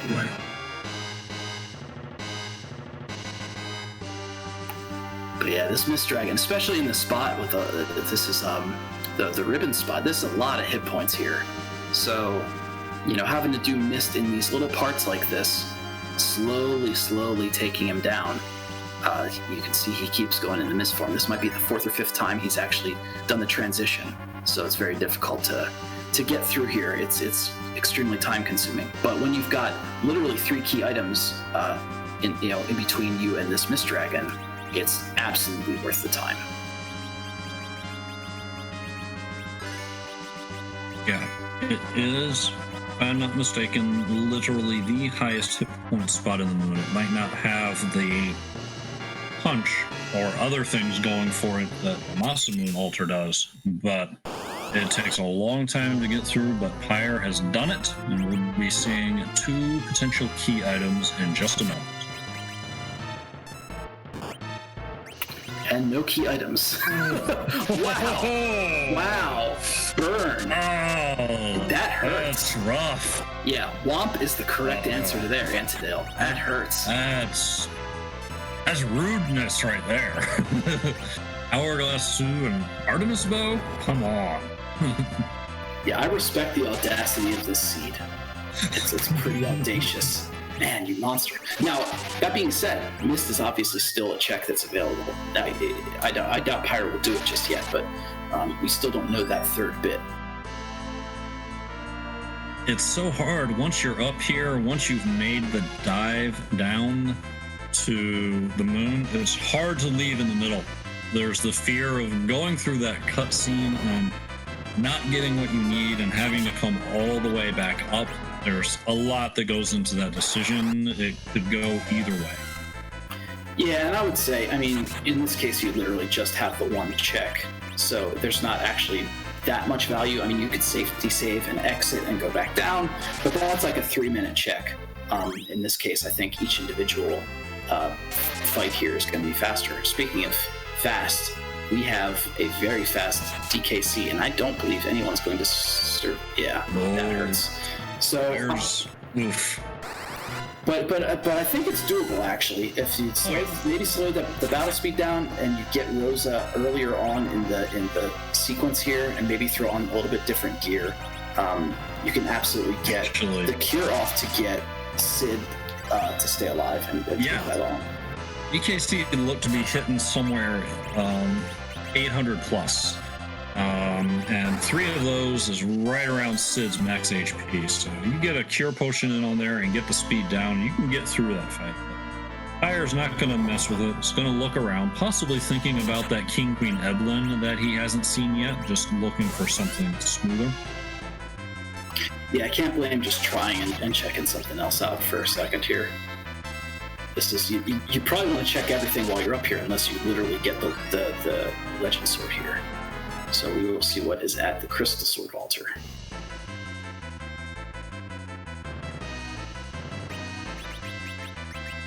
And Alec Pendrag pointing out a good point that with a few more levels, that Sid doesn't have to worry about that DKC at all. So you could just come back and make it a little smoother. But this Crystal Sword fight's not going to be quick. Now, that being said, if he has all 3 of those ribbons equipped, remember what I was saying before, this might actually not be that gross if he can manage to not get too many folks dead. Especially if he has one on Rydia, he can just be throwing down the Bahamets, and it'll be a lot easier. Oof, 1 down. Let's see how this goes. Plus, for a moon spot, this spot has very low magic. The game doesn't want to be too punishing with the vanilla Wyvern's Mega Nuke here, so nurse the magic in response. So Golbez is not going to hit as hard here as he would in other spots. Oh yeah, that's right. Wyvern's spot is low magic. Also, how dare you not put a ribbon on Boza? Come on. It's Boza. It's not Boza. It's not the canonical true Rosa. Whatever. It's not the true one. Too many A's. It's not the same. Thank you, Bacon Pie. It's Boza, not Boza.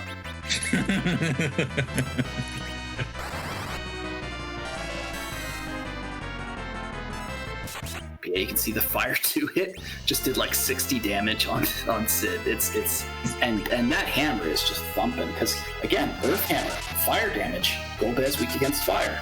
That's it. That's going to do a huge amount of damage there. That'll definitely help him get through, and he's got to do the work himself, because some spots you can bounce spells and get Golbez to soften himself up. You'll have to finish him off with a shot. You can't rely on the spells, or rather, you don't want to. But he's not going to have any trouble with that support. Oh, and it looks like he blew up Cecil. I guess probably did that in order to keep him from gaining more levels? Maybe he is already at a proper agility anchor spot. I don't know if he's hit 28 agility yet. Probably not, because he's only 1900 hit points. And we have a tower key. Well, it's not a vanilla tower key now. That might make Earth more tempting. You now have top of tower, super cannon, and D-mist all waiting for you.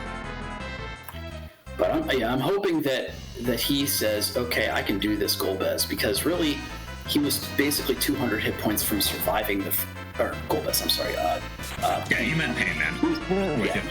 He was 200 hit points away from finishing that off without a heal. All he needs is one person to give like a Cure 2 potion, or Rosa to get a Cure 4 spell off, and it's done.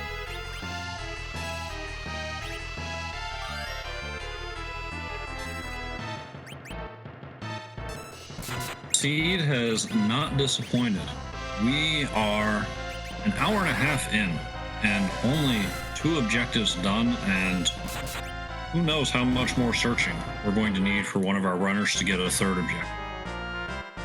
Yeah, I mean, for Vitasia, he still needs 2 items of either objective, and Pyre needs 1 of one and 2 of the other, so that's still a lot to check.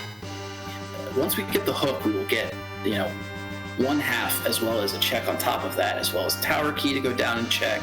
So there's a number of things once he can get, and mist once he can get down there. I think clearing Moon is definitely the play here, because he has the Pale Dim spot as well as Pain Man here. So if you can finish all that off and not have to worry about coming back here and potentially getting go mode, then you're golden. Yeah, once you come up here, you don't want to leave anything behind unless you just say the spot is just not worth your trouble. A wyvern down here at Masamune might be fated for greener pastures, but here we come. And I don't think that was enough healing. Maybe that's close. And try and get a buffer in. You made it. 66 hit points. Unbelievable. Got him. Anchor is pointing out that Cure 1's been sitting around ever since the Gauntlet and Baron N drop off of one of those encounters, coming through at the last, but Moonveil. all that we get for the effort. Man, some real trolly bosses up here, just dropping a whole lot of nothing. That's pretty spicy. But that means that almost everything for go mode is going to be on Earth. Because there's only the 1 check left here, and we have 3 things to find. So we know for sure that... checked? Yes, I believe somebody said Murasame was there. You're don't right. remember who checked it. You are correct. I remember it now. So we've just got a... So... Did Murasame Altar get checked? That's the thing I don't think. I don't think Pale Dim spot was checked yet. All right. I don't know if Pyre's running out. It looks like he is actually getting his health back. So hopefully, yeah, it looks like he's running back in. That's good. So he will full clear. Just taking the free heal and wandering down to the last moon spot. Find out one way or another if there are actually any key items up here, or if there are just chains being set. Yeah, this seed is just begging to be full cleared, isn't it? And yet there's a lot of key items left that have not been found. We don't have a pass yet. It seems like a lot of stuff has been checked, but there's just a lot of stuff that's missing. So it must be that a lot of go mode is behind other things.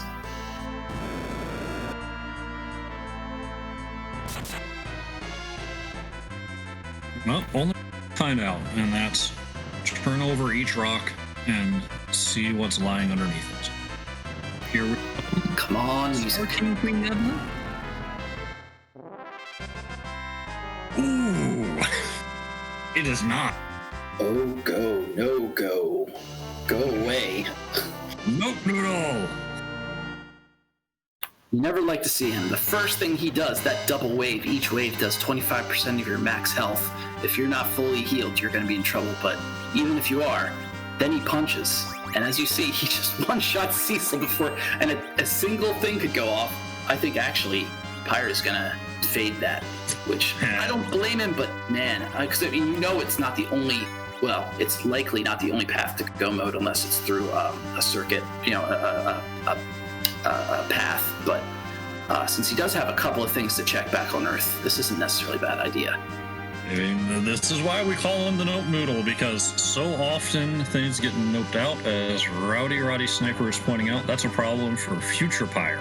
Sometimes you check, and you just have to say, you know, as a runner, I don't think this is worth my time. I'm going to go somewhere else and just hope I don't have to come back to this. Know when to hold them, know when to fold them. Sometimes it's just like, you know what? If I could either bang my head against this and get tilted and frustrated, or I can go do things that are easy. I know I can undo. Oh gosh, and we are in go mode. It was the D-Mist all along. I scroll back, I can find out. Someone said, go check Viridia's mom now. And they were right on the money with that call. That's the right call, yeah. And now we get to see Cecil much more powerful with the X-Cal unlocked.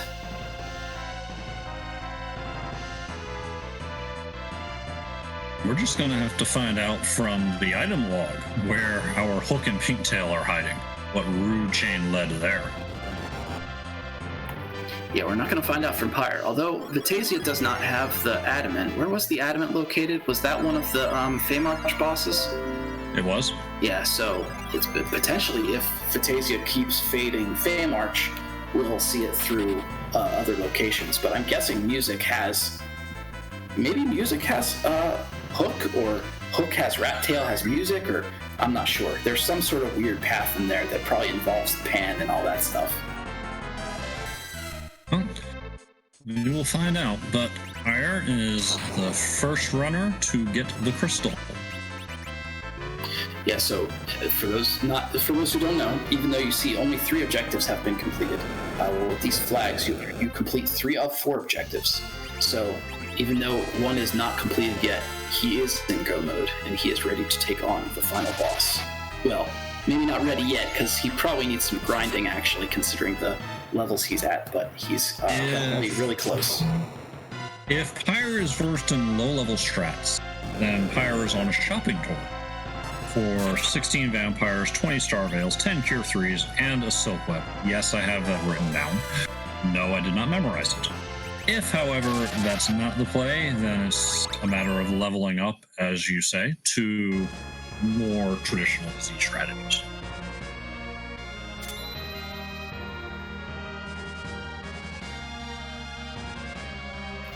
Seems like he's going back to the moon?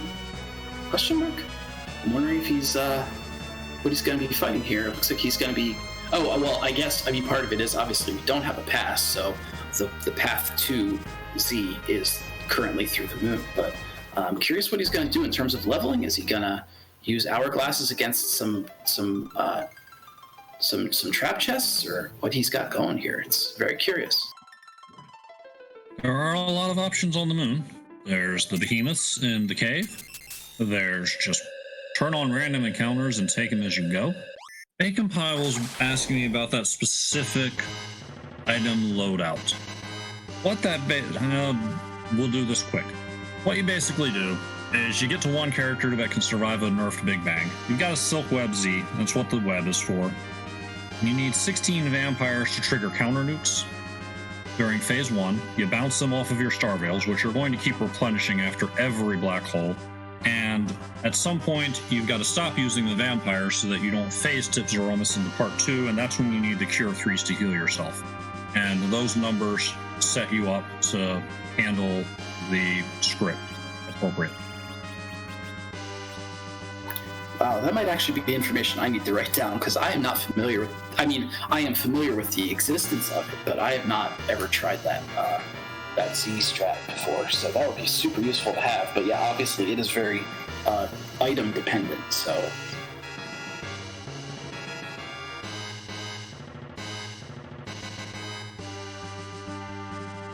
But I'd say, given where he's moving right now, it seems like the more likely move is that he is going to be going down outside of the save room and just doing some random encounters. Because honestly, like a lot of the encounters often are either the silver or gold dragons, even if you don't get a pair of them, and you can definitely level up relatively fast with those.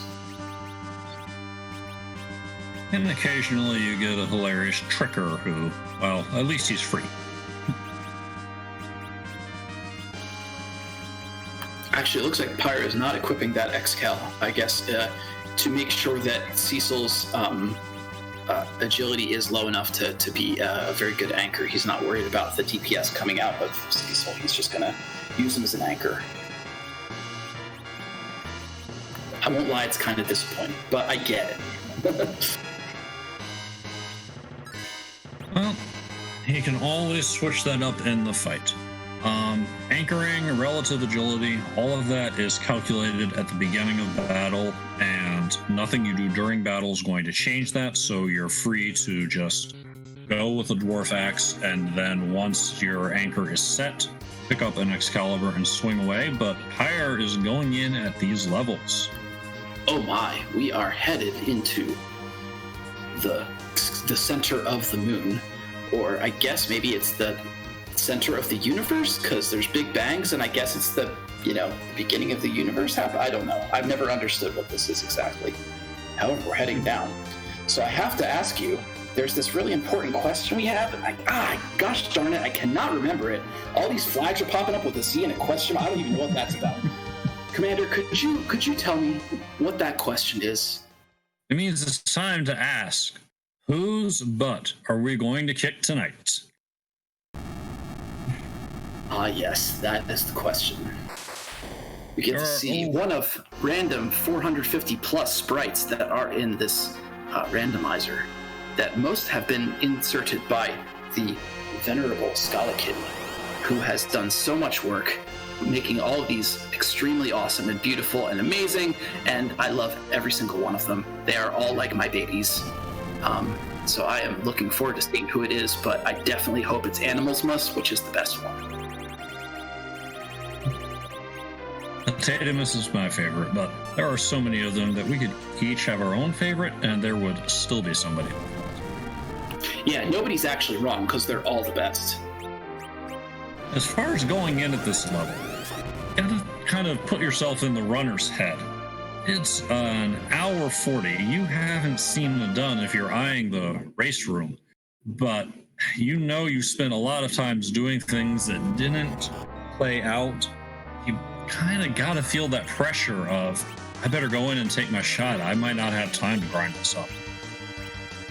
Ooh, and we have the Chows, the Chaos. What are they called? The from Sonic, I believe, right? Well, the sprite is named Chaosmus. So there's that at least. Indeed, but yes, I am extremely curious to see how he goes about this grind. But yeah, you can see that the Excal is only doing 905 damage because that Cursed Ring is obviously bringing down the attack power quite a bit.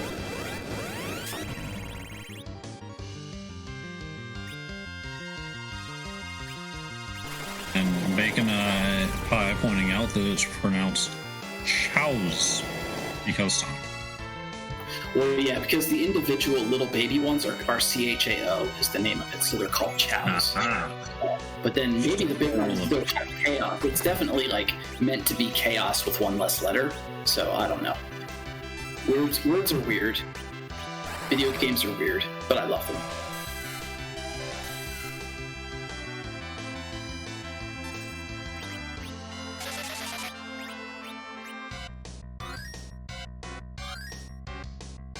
Without the grind, the DPS is the tricky part from what I'm seeing, and I could certainly be overlooking something, but you've got viruses to bounce, and as you pointed out, that cursed Excal is struggling to put in any damage. It's going to be tricky. Yeah, doing this is absolutely going to take a very solid ability to nerf big bangs, because you're gonna really have to nerf all of them in order to be able to survive with a crew with this low hit points, because Sid is really the only one guaranteed to survive a big bang. And here we go, we're gonna see what this one looks like.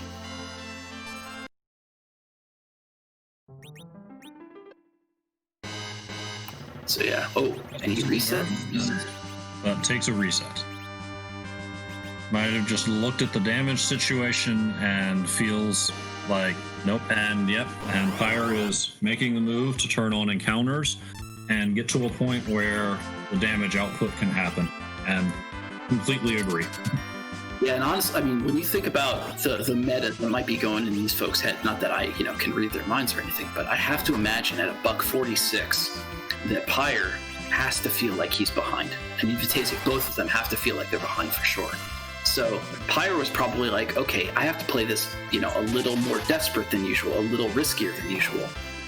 But yeah, it seems like he realized that this was going to be a lot spicier than he was expecting. And so now he's going back to get a little bit beefier, make this fight a little easier.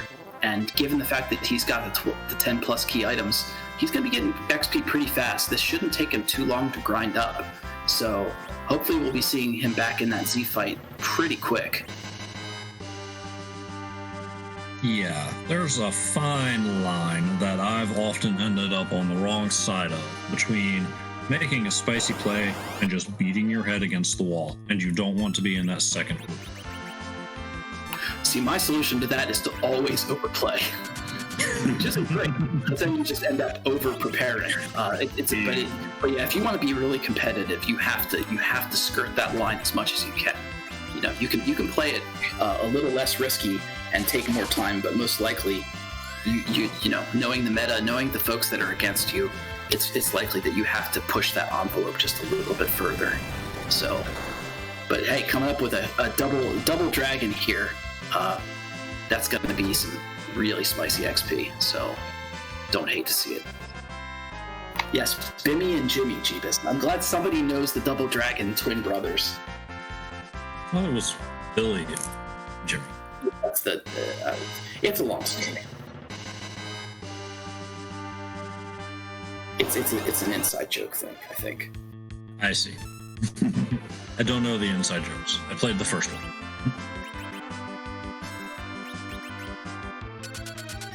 Oh, great. So Vitasia is going to get Legend Sword. So he will get half of one of the objectives. So we'll see if he ends up going down and checking Feymarch. But my guess would be, given that Feymarch is the spicier of the choices he has available, that he's going to actually go down one of the rabbit holes, which maybe Tower Key, maybe something else, but that would be quicker to do and would potentially give him, the other paths that would end up leading to go mode through the pigtail option here.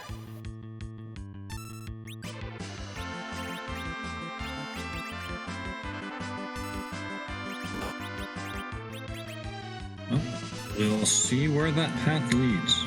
It would be something after the runners coming together like this to diverge on their separate routes, only to come together and find Z at the end.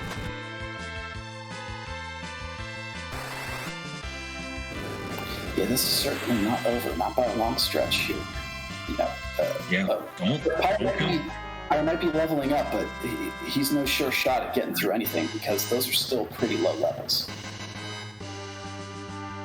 Yeah, absolutely do not count Vitasia out of this. Depending on how this Earth Search turns up, he could be right back in it. And you never know how a Z fight's going to go. Z will humble you. Yep, here he goes up to the tower. That's kind of what I was expecting, because that's, I mean, very clearly, that's the easier of the checks.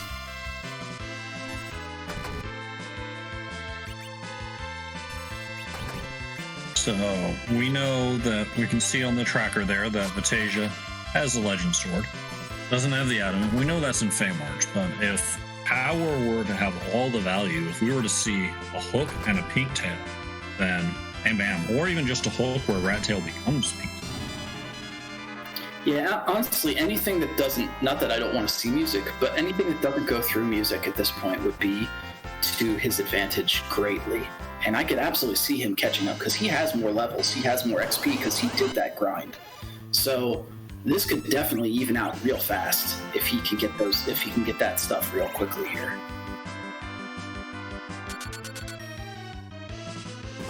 We're about to see a top of tower boss, and French vanilla. yes, French vanilla dark imps. They've wandered away from running the super cannon, and they've taken over.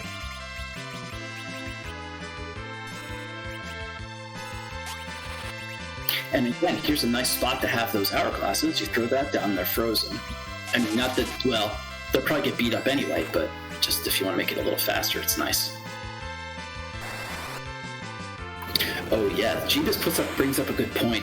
Vitasia, if he can get a pass in all of this stuff that he's searching, you know, if he ends up getting a pan, some other, you know, gets a couple more checks maybe, and ends up with a pass as well as hook and pigtail, then he's going to have that, you know, that quick trip over to Z and not have to go all the way back through the lunar subterranean. So that's a really good point because that would give him, I think, the edge possible to be able to come back and catch up to Pyre here, which would be extremely exciting. Yeah, and your edge comment reminded me that both of these runners have had to cope in this seed. Something that's a bit rare in the group flags. We haven't seen sirens in any of the locked shops, and we haven't had an edge to steal them. So, adding to the time is not having that quick grind and having to figure out other ways to make it happen.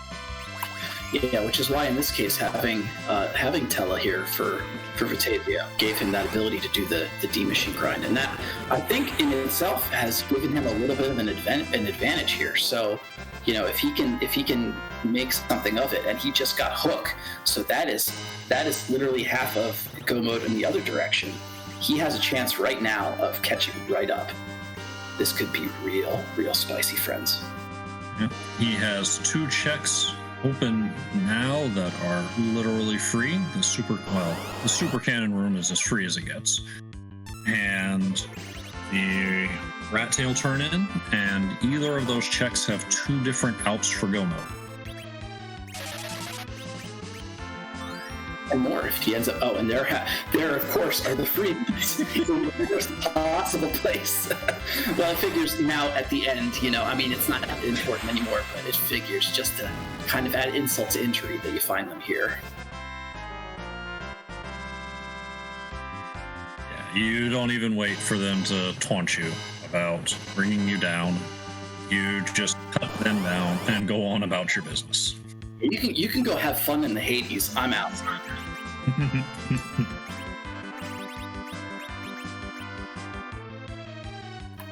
Pyre's still making real good ground on this grind here. He's definitely been getting some dragons. You can see his Rosa is up to 2,100 hit points. That makes things a lot easier. I think that's kind of the buffer I like to get for a Rosa if she doesn't have a ribbon, is 2,100. I think with a ribbon, actually, you might even be able to survive a little bit better, especially if you got a little other gear going on. So I think when he goes and faces Z, it's going to be a lot easier. I think he could make it. Yeah, he could crush that fight pretty well. Scoring wondering if Vitasia is going to cash in the hole. I probably would if it was me. It's a quick free check, and you hope that there's a pass there, assuming you don't have go mode, assuming that even if you hit go mode here.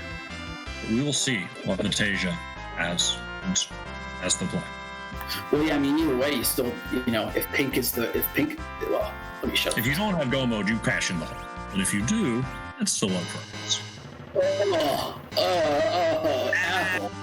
What is with the apples just kind of trolling me here? Like everyone's like, yes, I finally might have a shot. And then the apple just comes right on your head. So Vitasia will definitely be turning in the rat tail, hoping for a pink tail, probably also hoping for adamant. Of course, we know it's not there. I'm going to take a quick check into Adlin. I'm guessing it must be a quick shot. Open for some sirens just to get a couple of quick levels here. I'm not Sirens, sure. Bacchus, who knows? But Edlin shop is the best of the shops. You get 2 tier 5 items, but inventory boss has been lurking and now finally strikes. But at this point, you're almost 2 hours in. Your opponent hasn't done, and at some point, I know there are times I get to a point where it's like, all right, I'm going to make sure I do this right. I'm going to put all the panic aside and just get it done. And our sirens have finally shown. Yeah, Buckets and sirens. So he is set on basically any items he would need. We were speculating a while back about Keyless Tower being the play. It would not have handed over Go Mode, but it would have handed over Siren Access if either of our runners had made that jump. There's still a possibility it could hand over, and well, actually, I mean, it will hand over Go Mode, but just not directly, because now the Rat Tail is going to have to lead to something. Probably the Pan, and that might lead to music. Like, I think that's the only path left that we aren't. Oh no, I guess there is Pale Dim. Other than that, we have every other spot known, so most likely it will be through Rat Tail. It just will be some path through Rat Tail. Yes. There's a very good chance that it does lead to Go. That is good. And for that matter, there's not a bad chance to also have a pass in there somewhere too, which would be a huge, huge help. We're about to see that Rat Tail turn in now. Bam, Pan. Run back out, do 2 checks. The chain continues.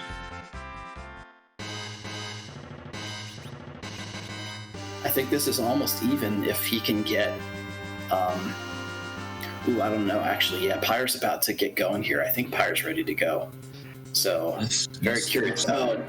Unfortunately, Vitasia, it looks like, is going to go to Zot here. So we know that is not the value direction. But yeah, it looks like Pyre is about to take on Z, and I took an eyeball at those hit point values he has. I think he is pretty darn strong here and should have a very solid chance against Z here. And Vitasia might just be checking the treasury, looking for something powerful before running off to do the 2 item checks that are the Pan. We'll see.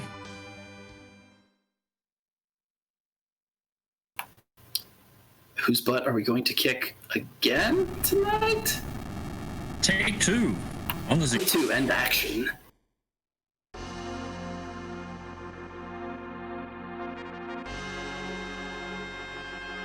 Yeah, and Vitasia is going up into Zot. One of the downsides to doing this is it's definitely a pretty long check, and then you also, but maybe he's, oh yeah, no, you only get the 1 check out of it, and you do have to take on 2 bosses, so that's one unfortunate bit about it, but it's still not a bad check, because it does, all told, give you all of that, you get the treasury check, and you get characters in case there's some characters you're looking for. I'm sure that a Cecil Anchor would still be something you grab if you didn't have it here, so I can see the desire to go here, but unfortunately we do know it is not the way to go this time around.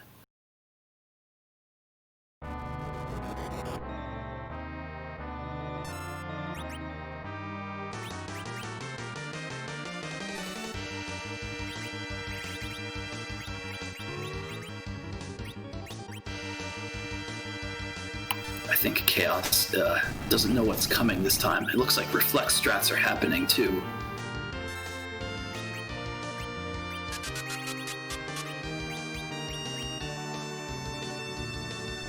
I didn't manage to see if Rydia got nuke.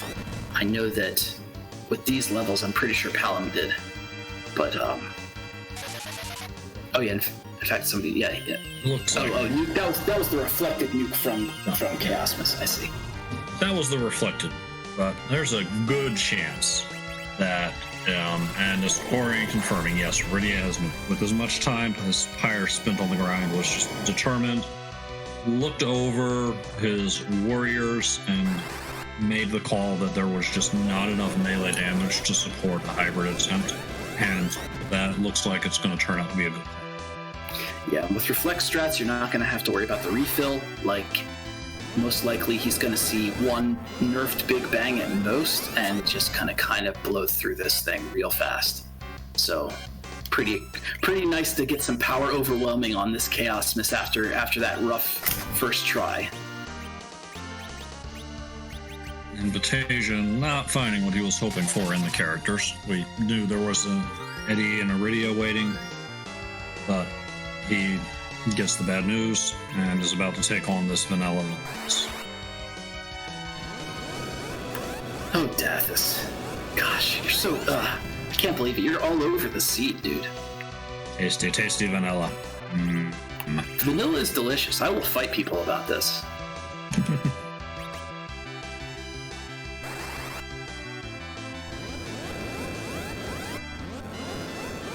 While the reflex strats carry on and the Sylvalis is refought, would like to thank Bacon Pie for taking care of tracking and making all the items light up so that we don't have to remember what everyone has. And thanks Smapedy for rolling up this lovely, lovely seed and for taking care of Restreames. And groundflier, thanks for joining me here in Spencer. Yeah, thank you, Commander. I've hung out in your streams a lot and chatted with you kind of text and speech, but this is the first time we've actually been able to talk one-on-one, and it's been a pleasure. So I've really been enjoying this, and I've been enjoying watching this with you. It's just kind of fun, you know. It's like we're sitting here hanging out, watching. You know, all I need is some popcorn, and we get to enjoy. And we got the whole community hanging out with us in chat too, which is also heck yeah, just turning out to watch the second of many races to come in Highway to the Threemus. And we've got GGs. We have a defeated Chaos Miss. And that is going to be the win for Pyre with an official time of 2 hours, 2 minutes, and 15 seconds. GG. GG Pyre. Excellent job. 1-0 in the Tri-Talk group. So that's got to be a great feeling to come out this first race and get 1-0.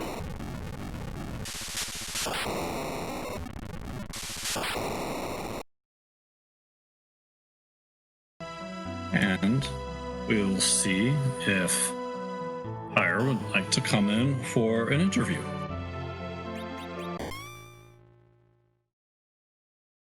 And we are joined by Pyre. Congratulations, GG. Thank you very much.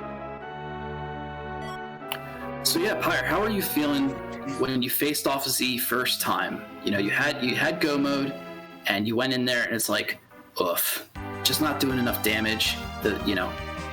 Obviously at that point you're like, okay, I need to grind, I need to get some levels. So how did you feel in terms of, you know, where your opponent you thought might be at, in terms of how many levels you needed? How much, you know, how much pressure was on you at that point, and do you feel like you did a really good job of kind of getting prepared and going back in there? Well, the first time, I kind of rushed it because I really needed to go to the bathroom, but after I reset out, it went away, so I've decided to grind since I was right there and just do the hope and pray method. Yeah, I can't blame you. But you did go back and you did the reflex strats, so that was some power overwhelming there, to be sure. Yeah, how did you feel about some of the other spicy boss locations and the fact that you basically had to full clear the moon? Did that make you feel like you were behind at all at that point, knowing that you were like up on the moon trying to beat up everything there, and maybe you missed stuff back on Earth, or maybe there's, you know, something else going on that you hadn't seen yet? No, I wasn't sure if I was behind or not because I pretty much full cleared the blue planet besides the tower. So I just tried to play the best I could and see what happens. There was a lot happening in the seed, and sirens were hard to come by. They were eventually discovered by Vitasia in the Edlin shop. That hook was tucked away a bit. So it was definitely a long start. What were you thinking as you started getting in the point between I'm working towards the crystal, but I also need to level up? What was your planning there? At that point, actually, I did about 30 or 40 practice seeds, and I've never once either not had an edge or sirens, so I haven't learned either the D machine step route or the other step routes or anything like that, so I was just kind of hoping I would got the hook beforehand. Yeah, one of the things we know now, since we've been watching both of you, is that in actuality, the hook was top of tower. And then it looks like, where was Pan located? Was Pan the rat tail item? So I believe that in actuality, you could have gotten Go Mode the other way through, because then from Pan came Pigtail. Yeah. That would have been nice. Yeah, so in actuality, you didn't do that, and that could have been the way through. But obviously, you found the way through in your own way, which was really good. Do you feel like you had Cecil the entire seed? Was it kind of frustrating that mostly he was just playing anchor and you couldn't really kind of utilize his full power most of the time? But at least you had Bahamut the whole way. Did that feel nice to be able to blow stuff up really good? Yeah, I think that, and actually Cecil helped save the seed because he tanked a lot, even though he couldn't do any damage, so he kept everybody alive to do stuff. That is definitely part of the value of Cecil. It's easy to get caught up in his holy swords and their damage and overlook cover strats. Defense can be just as important as the offense. Yeah, him and Rydia saved it for me, I think, for quite a lot of it. Yeah, for sure. They were definitely the powerhouses there, especially Rydia early on. Because you got, I believe the Bahamut was like in Watery Pass or something. It was in a pretty early spot, and you kind of just came across it.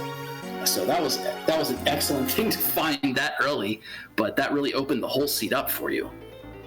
Yeah, that was lucky. I just went my usual route just to try to do what I'm used to, and got lucky.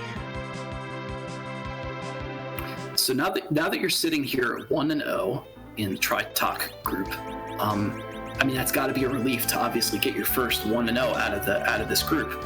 How do you feel about your chances going forward?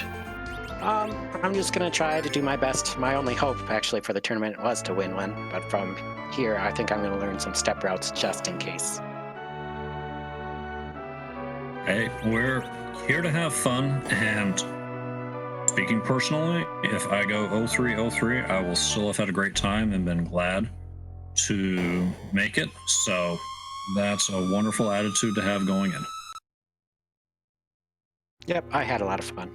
It was my first race ever, so I was quite nervous. Wow, well, you handled it great. It's been super entertaining for all of us here. So, thank you for being on the Restream and putting on the show for us and being part of this whole Threemus Zone thing. And,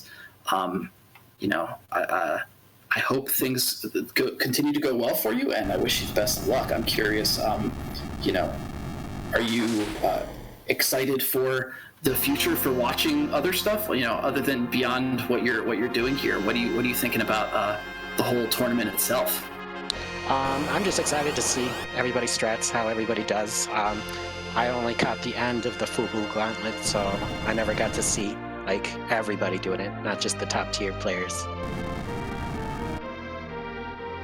Feels a bit different on the inside. I know that for sure. I'm sure you're noticing that too. Oh yes.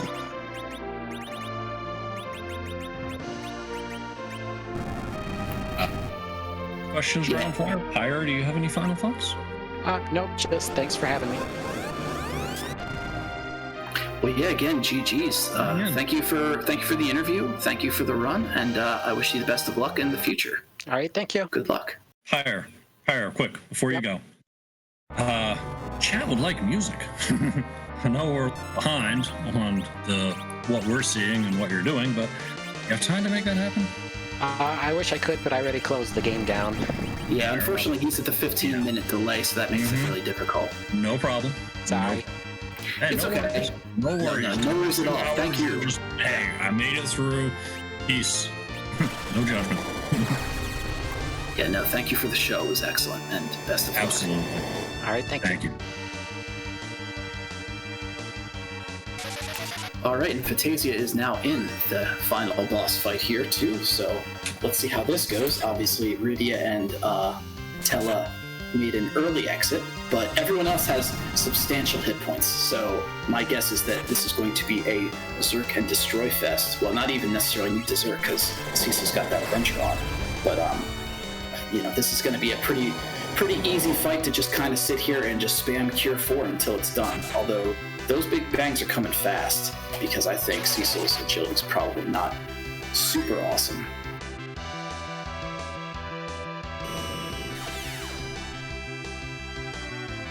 Can't say as I caught it myself, but the strategy I love to go with for Z is put up some Zerkers and keep them healed, and that's what Vitasia seems to be going.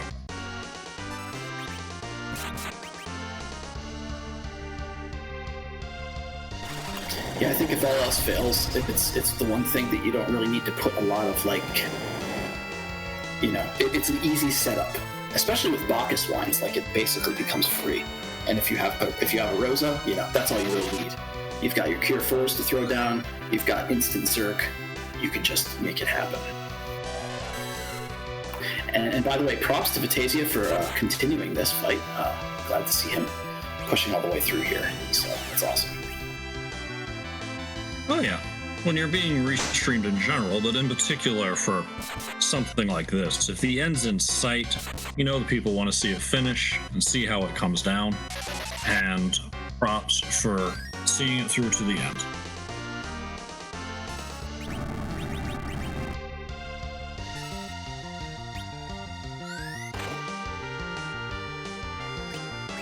The other thing about this is that, yes, that vanilla agility Cecil can cause you headaches as you're working through the seed.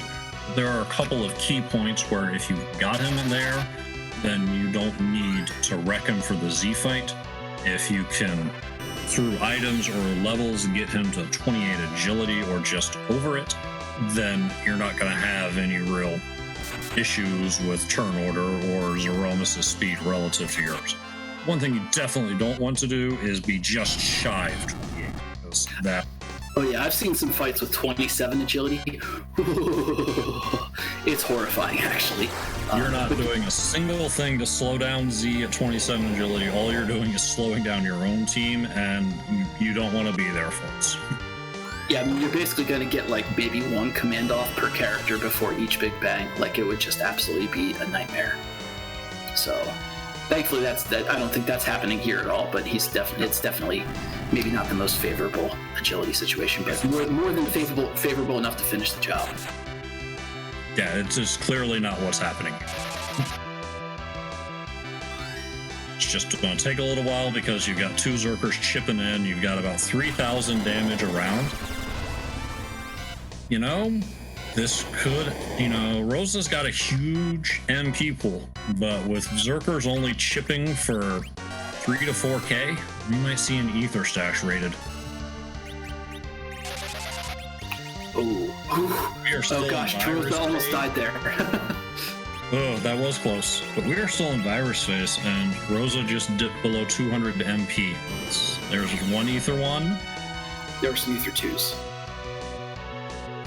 Well, then we'll be fine.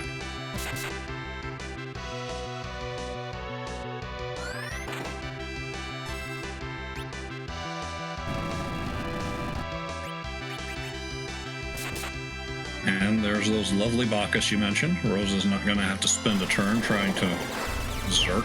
She can just stand ready with the Cure 4. Yeah, no doubt that stop off in Evelyn sped up the C fight just a tad.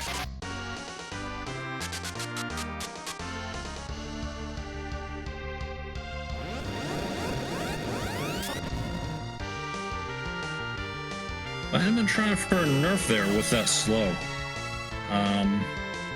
You didn't get a Silk Web in earlier, then that could have been also just to make sure that the slowdown happened. But the issue there is you take a counter nuke to the face, and that's just extra damage piled on. It can pay off, but it's a little bit of a gamble. Losing that Sid's kind of tough. But honestly, you could probably just do this with the power couple. So hopefully they can finish this off here.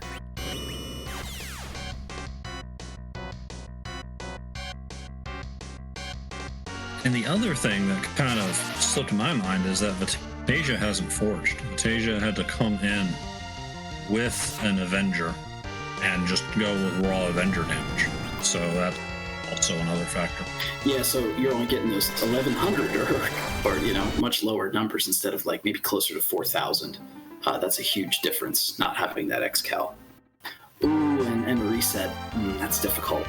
But going for it again. We're going to look at the levels at least. It looks like low 50s. So yeah, I'm not sure what the agility situation is at low 50s, but I would assume it's definitely, well, I'm almost 100% sure it's over 28. I just don't know how much over 28 it is. Level 44, 45 is when he hits 28. At 51, at lower 50s, it might be to the point. Historian says check the VOD, and that his agility is 26. That would be probably with a dwarf axe on, so that would probably be natural agility 31. Yeah, and 30. Well, 26 each individual number above 28 is a lot more substantial than like from 1 to 28. So even 3 above 28 is actually a lot in terms of the amount of the speed that Threemus will have.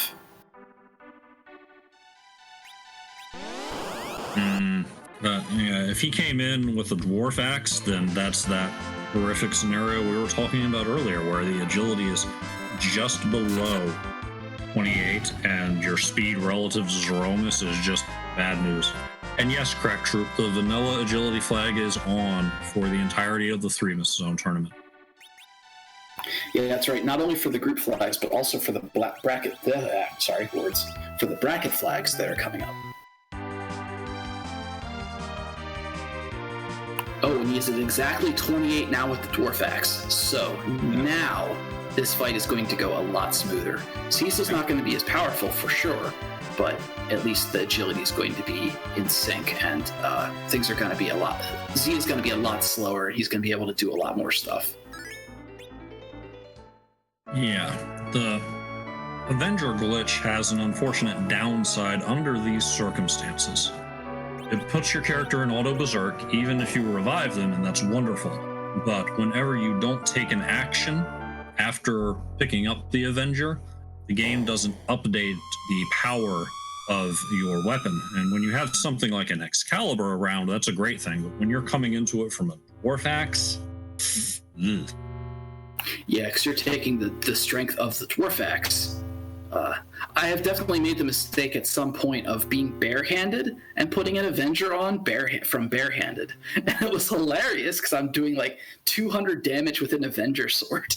It was something special to behold.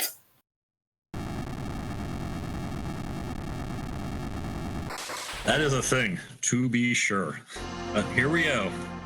Tasia coming back in to kick this butt. Let's cheer him on. You got it, Vitasia. You got it, Vitasia. Kick the butt.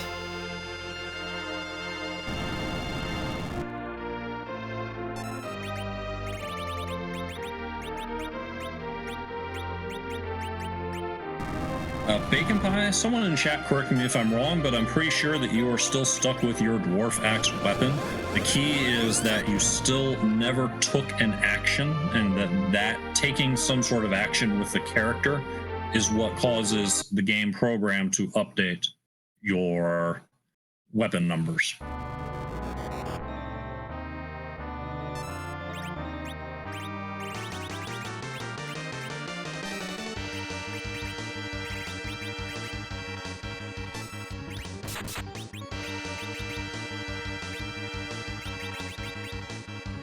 Here we go. We've got an Avenger in hand, still chipping away for 1,500 because it might be a dwarf axe, but it's still a level 50 some odd paladin firing away.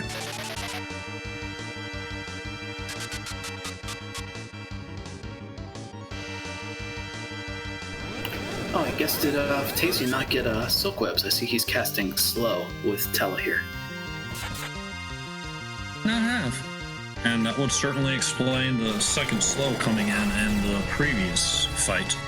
Silk Web is enough to slow an enemy down as much as they can be slowed, but Silk Web has the effect of 2 slows. So if you want to get that effect through white magic, you're going to have to hit slow a second time. Which unfortunately then, unless you reflect one of them, means that you're going to end up having 2 reflect, or you're going to have 2 counter nukes come at you. So that's the downside to doing that instead of the Silk Web, which just gives it to you in one shot. And you can get it all done in the, at the very beginning. So those are such useful items. It's amazing how useful they are. Vitasia is setting up that reflect with the Moonveil.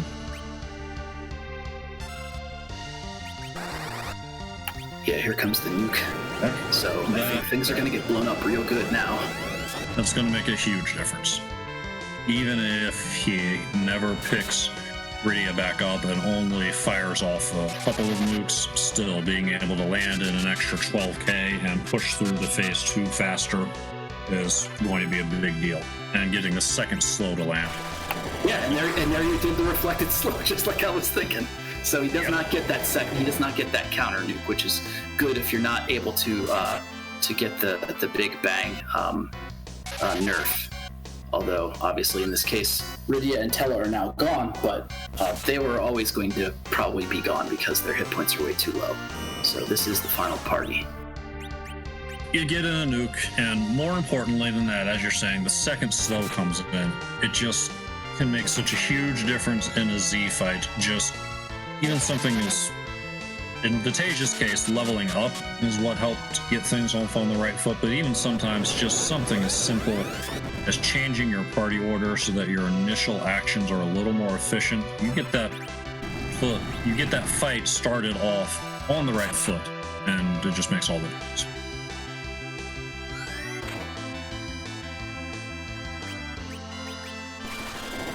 And Cecil showing that, he's a tough paladin. He takes that counter nuke for about 1,000. Might even still get through this big bang. And he does, yeah, but he's rocking 3,600 HP. It takes a lot to knock his hit points all the way down here, so that's not too surprising. And if those 3 ribbons are on the 3 characters there, and I bet they are, and some crystal rings thrown around, there's plenty of magic defense to help shrug off his big bangs. Yeah, absolutely.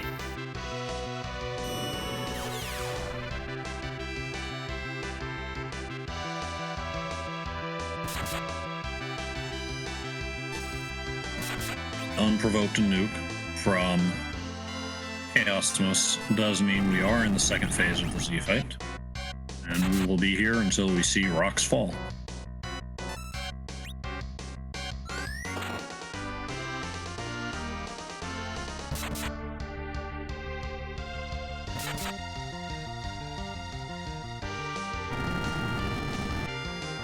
Yeah, you can see, just simply put, he's just sitting on Rose's turn here, just waiting for the big bang, cure 4. Then once the black hole shows up, he's gonna pull up Sid, put the Bacchus back on, rinse and repeat. And I don't think in this circumstance he's gonna come close to running out of magic points with with Rosa, because he's not gonna need to do nearly as much of it. Agreed. He should be through just fine here. I mean, part of me always hesitates to say that about a Z fight because you never know, but this looks very solid. Absolutely true. I don't want a commentator's curse in here. No, it's tough. It's tough. I generally try and be pretty optimistic with comms. I'm always worried that if I'm too optimistic, I'm just gonna commentator's curse them. So it's a fine line. Tell you what.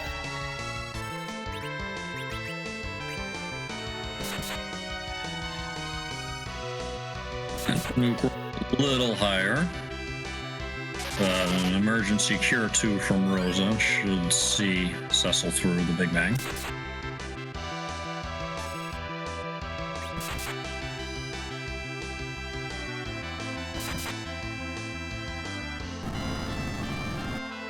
Just waiting with bated breath. Come on, rocks. Let's go, rocks.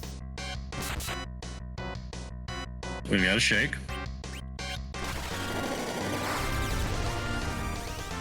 One thing we absolutely don't want to see here, and I'm going to risk invoking commentators first, is the dreaded Big Bang into Meteo.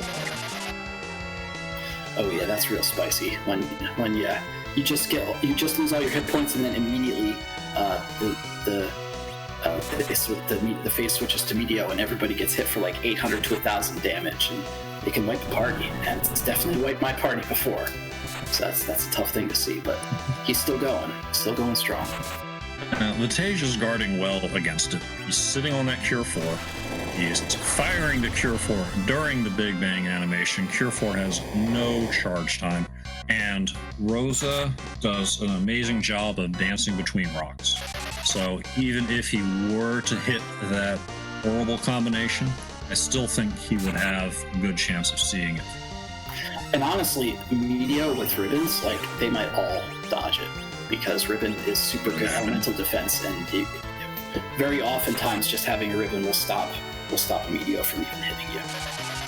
Yeah, you get that extra magic defense, so you get your magic defense rolls to generate the miss are more likely to land. And here we are at the rocks with the full party, so no worries. Got the rocks. It was showing that she's not afraid of rocks.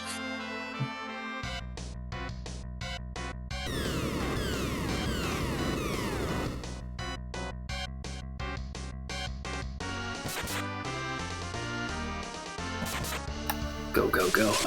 And this time only Sid takes the rocks. Bam! And we are done. Vitasia, GG. He is done with a time of 2 hours, 26 minutes, and 47 seconds. Congratulations. Oh, I just heard a bling, so it sounds like Vitasia is in here. Welcome and GG's. My God. Yeah, my condolences. That was tough. Especially, I'm almost afraid to ask you this, but how did you feel with the D-Machine grind? Because you had started setting it up, you went up there, and then it ended up not being the right seed exactly, and then you reset and kind of were doing it manually and all that stuff. What was going through your mind when that was happening? Well, I like the first time I just it looked like I misread what was happening to it. So I switched rooms and I started, like I said, I got through the first part of it fine. And then Tello whiffed on like one of the last ones that I was doing the first time, and that wiped my party. So then I was kind of up a creek at that point, because I don't know how the setting it up works after a wipe. So I had to just kind of manually hunt for it, and I knew I was wasting a ton of time. It was one of the worst things that could have happened. That, I don't know, that was probably about 20 minutes. It was close to costing me the race, but there was a lot of other things that I did wrong that I was just hitting my head against the wall. I absolutely got tilted after wiping on a D-Machine grind when I was just finishing it. That is definitely rough.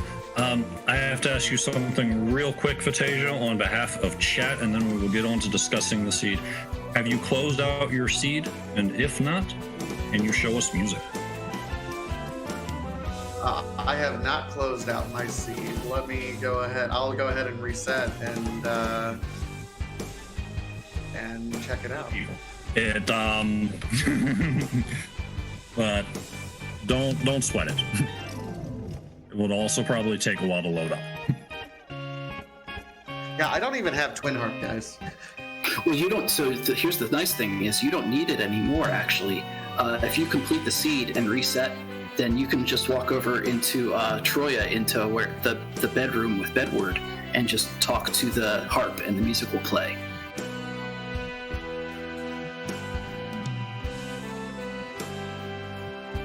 That was a nice new addition with 4.1, I believe. Yes, it's part of the new version. And sorry, March from Final Fantasy IX. choose March from Final Fantasy IX. Everyone, that is the Twin Heart music. And if you want to sit around for 15 minutes, it will eventually show up, but I'm not sure we'll still be here that long. But at least your curiosity is safe. But back to the seed. Yes, the D machine grind was rough, but just as rough was where the key items ended up shaking down. You get a lot of earth cleared out. You only have 2 objectives done, and you get to a point where there are more things on the moon. Where was that point where you felt, okay, there's little enough of Earth left that it's time for me to go to moon? And what were your thoughts as you were clearing the moon? So obviously I wasn't geared out the way I want to. I did the D machine grind. I was in the low 40s, but normally by that time, Cecil is, you have an Excalibur or a Crystal Sword or something. He's rocking decent gear other than a Rune Axe that I was going with. So I was nervous going up there, and a lot of the fights that I was going through, I knew they would take me a little bit of time, but I was fine with it because I'm like, okay, at that point I figured, if Pyre stayed on the Earth and tried to clear out some other things, then I hope that's what he did so I could go to the moon and take a gamble there. I completely faded the Masamoon spot because I just kind of had a bad feeling about it. I don't know what was there, but I was just like, I'm not even gonna try. I had a bad feeling. So I cleared out everything else. I saw Ogo was at the Murasame spot. So after him just whooping my butt there, I got out of there. And at that point, I'm like, well, let's follow the key items I did get from the moon and hope that it pans out. Yeah. So yeah, just so to state your interests, you were pretty smart not doing the Ogo spot, which ended up being, I believe, Silver Apple. So that didn't work out so hot. Yeah, but I think it was a moon veil, but it was not a key. Oh, you're right. It was, and you had to get through a pain man to get it. Yeah, so it was not free for sure. But yeah, I mean, I knew as soon as because I figured it was going to be a rough sea for both of us. There was no equipment. The party was not necessarily set up very well. And then I wiped on the D machine. So at that point, I knew I was behind. So I was trying to make some gambles to catch up. And those gambles didn't pay off quite as well as I wanted them to. So, good stuff and bad stuff. I ended up getting through D machine eventually.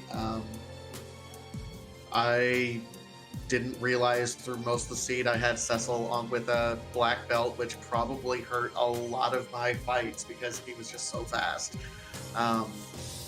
Especially that Z fight that I tried to set up. I hit 26 agility and I'm like, yeah, how bad could it be? I had here, and then I was like, oh, that's how bad it could be.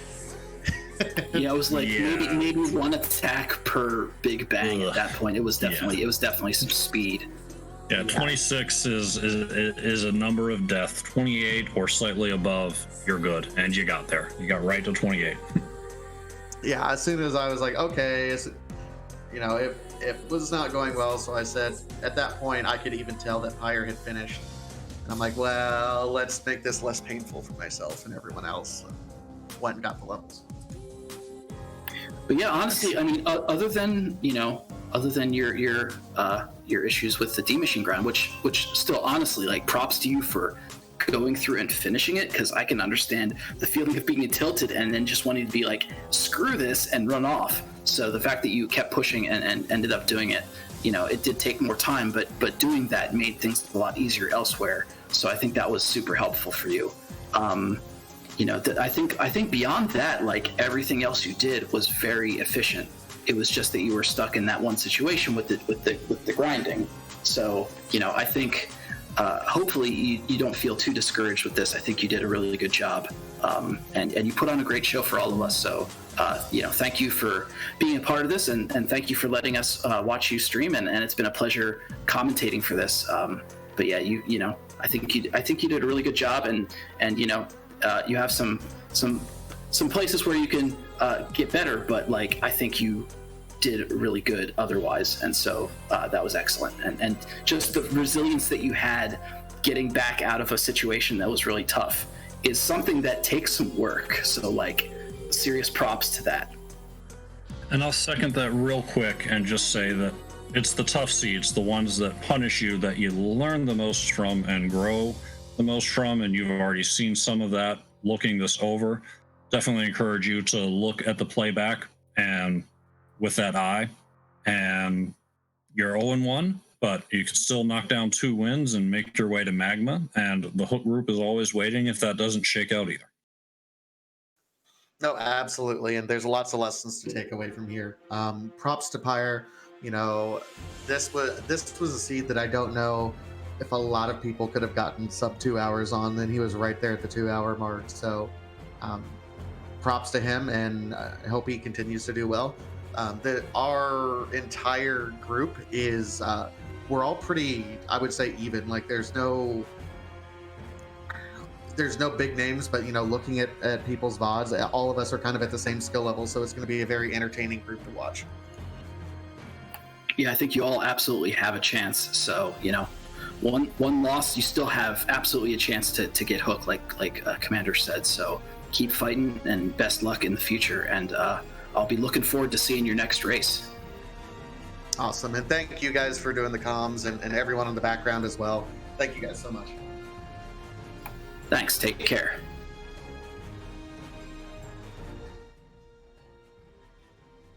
And with that, we are done with you for tonight. We've got another league taking place over on Randomania. Crimson Avix and Kinda Nerdy Housewife are having another go at these same flags. So if you enjoyed seeing this, follow us on over to our partner channel, and we'll see how that race is going. Yeah, I hope you like Free Enterprise, because we're going to go see some more Free Enterprise. I know I'm excited. So I will see you in chat over there. Take care, friends. Take care, you all, and we'll see you next time.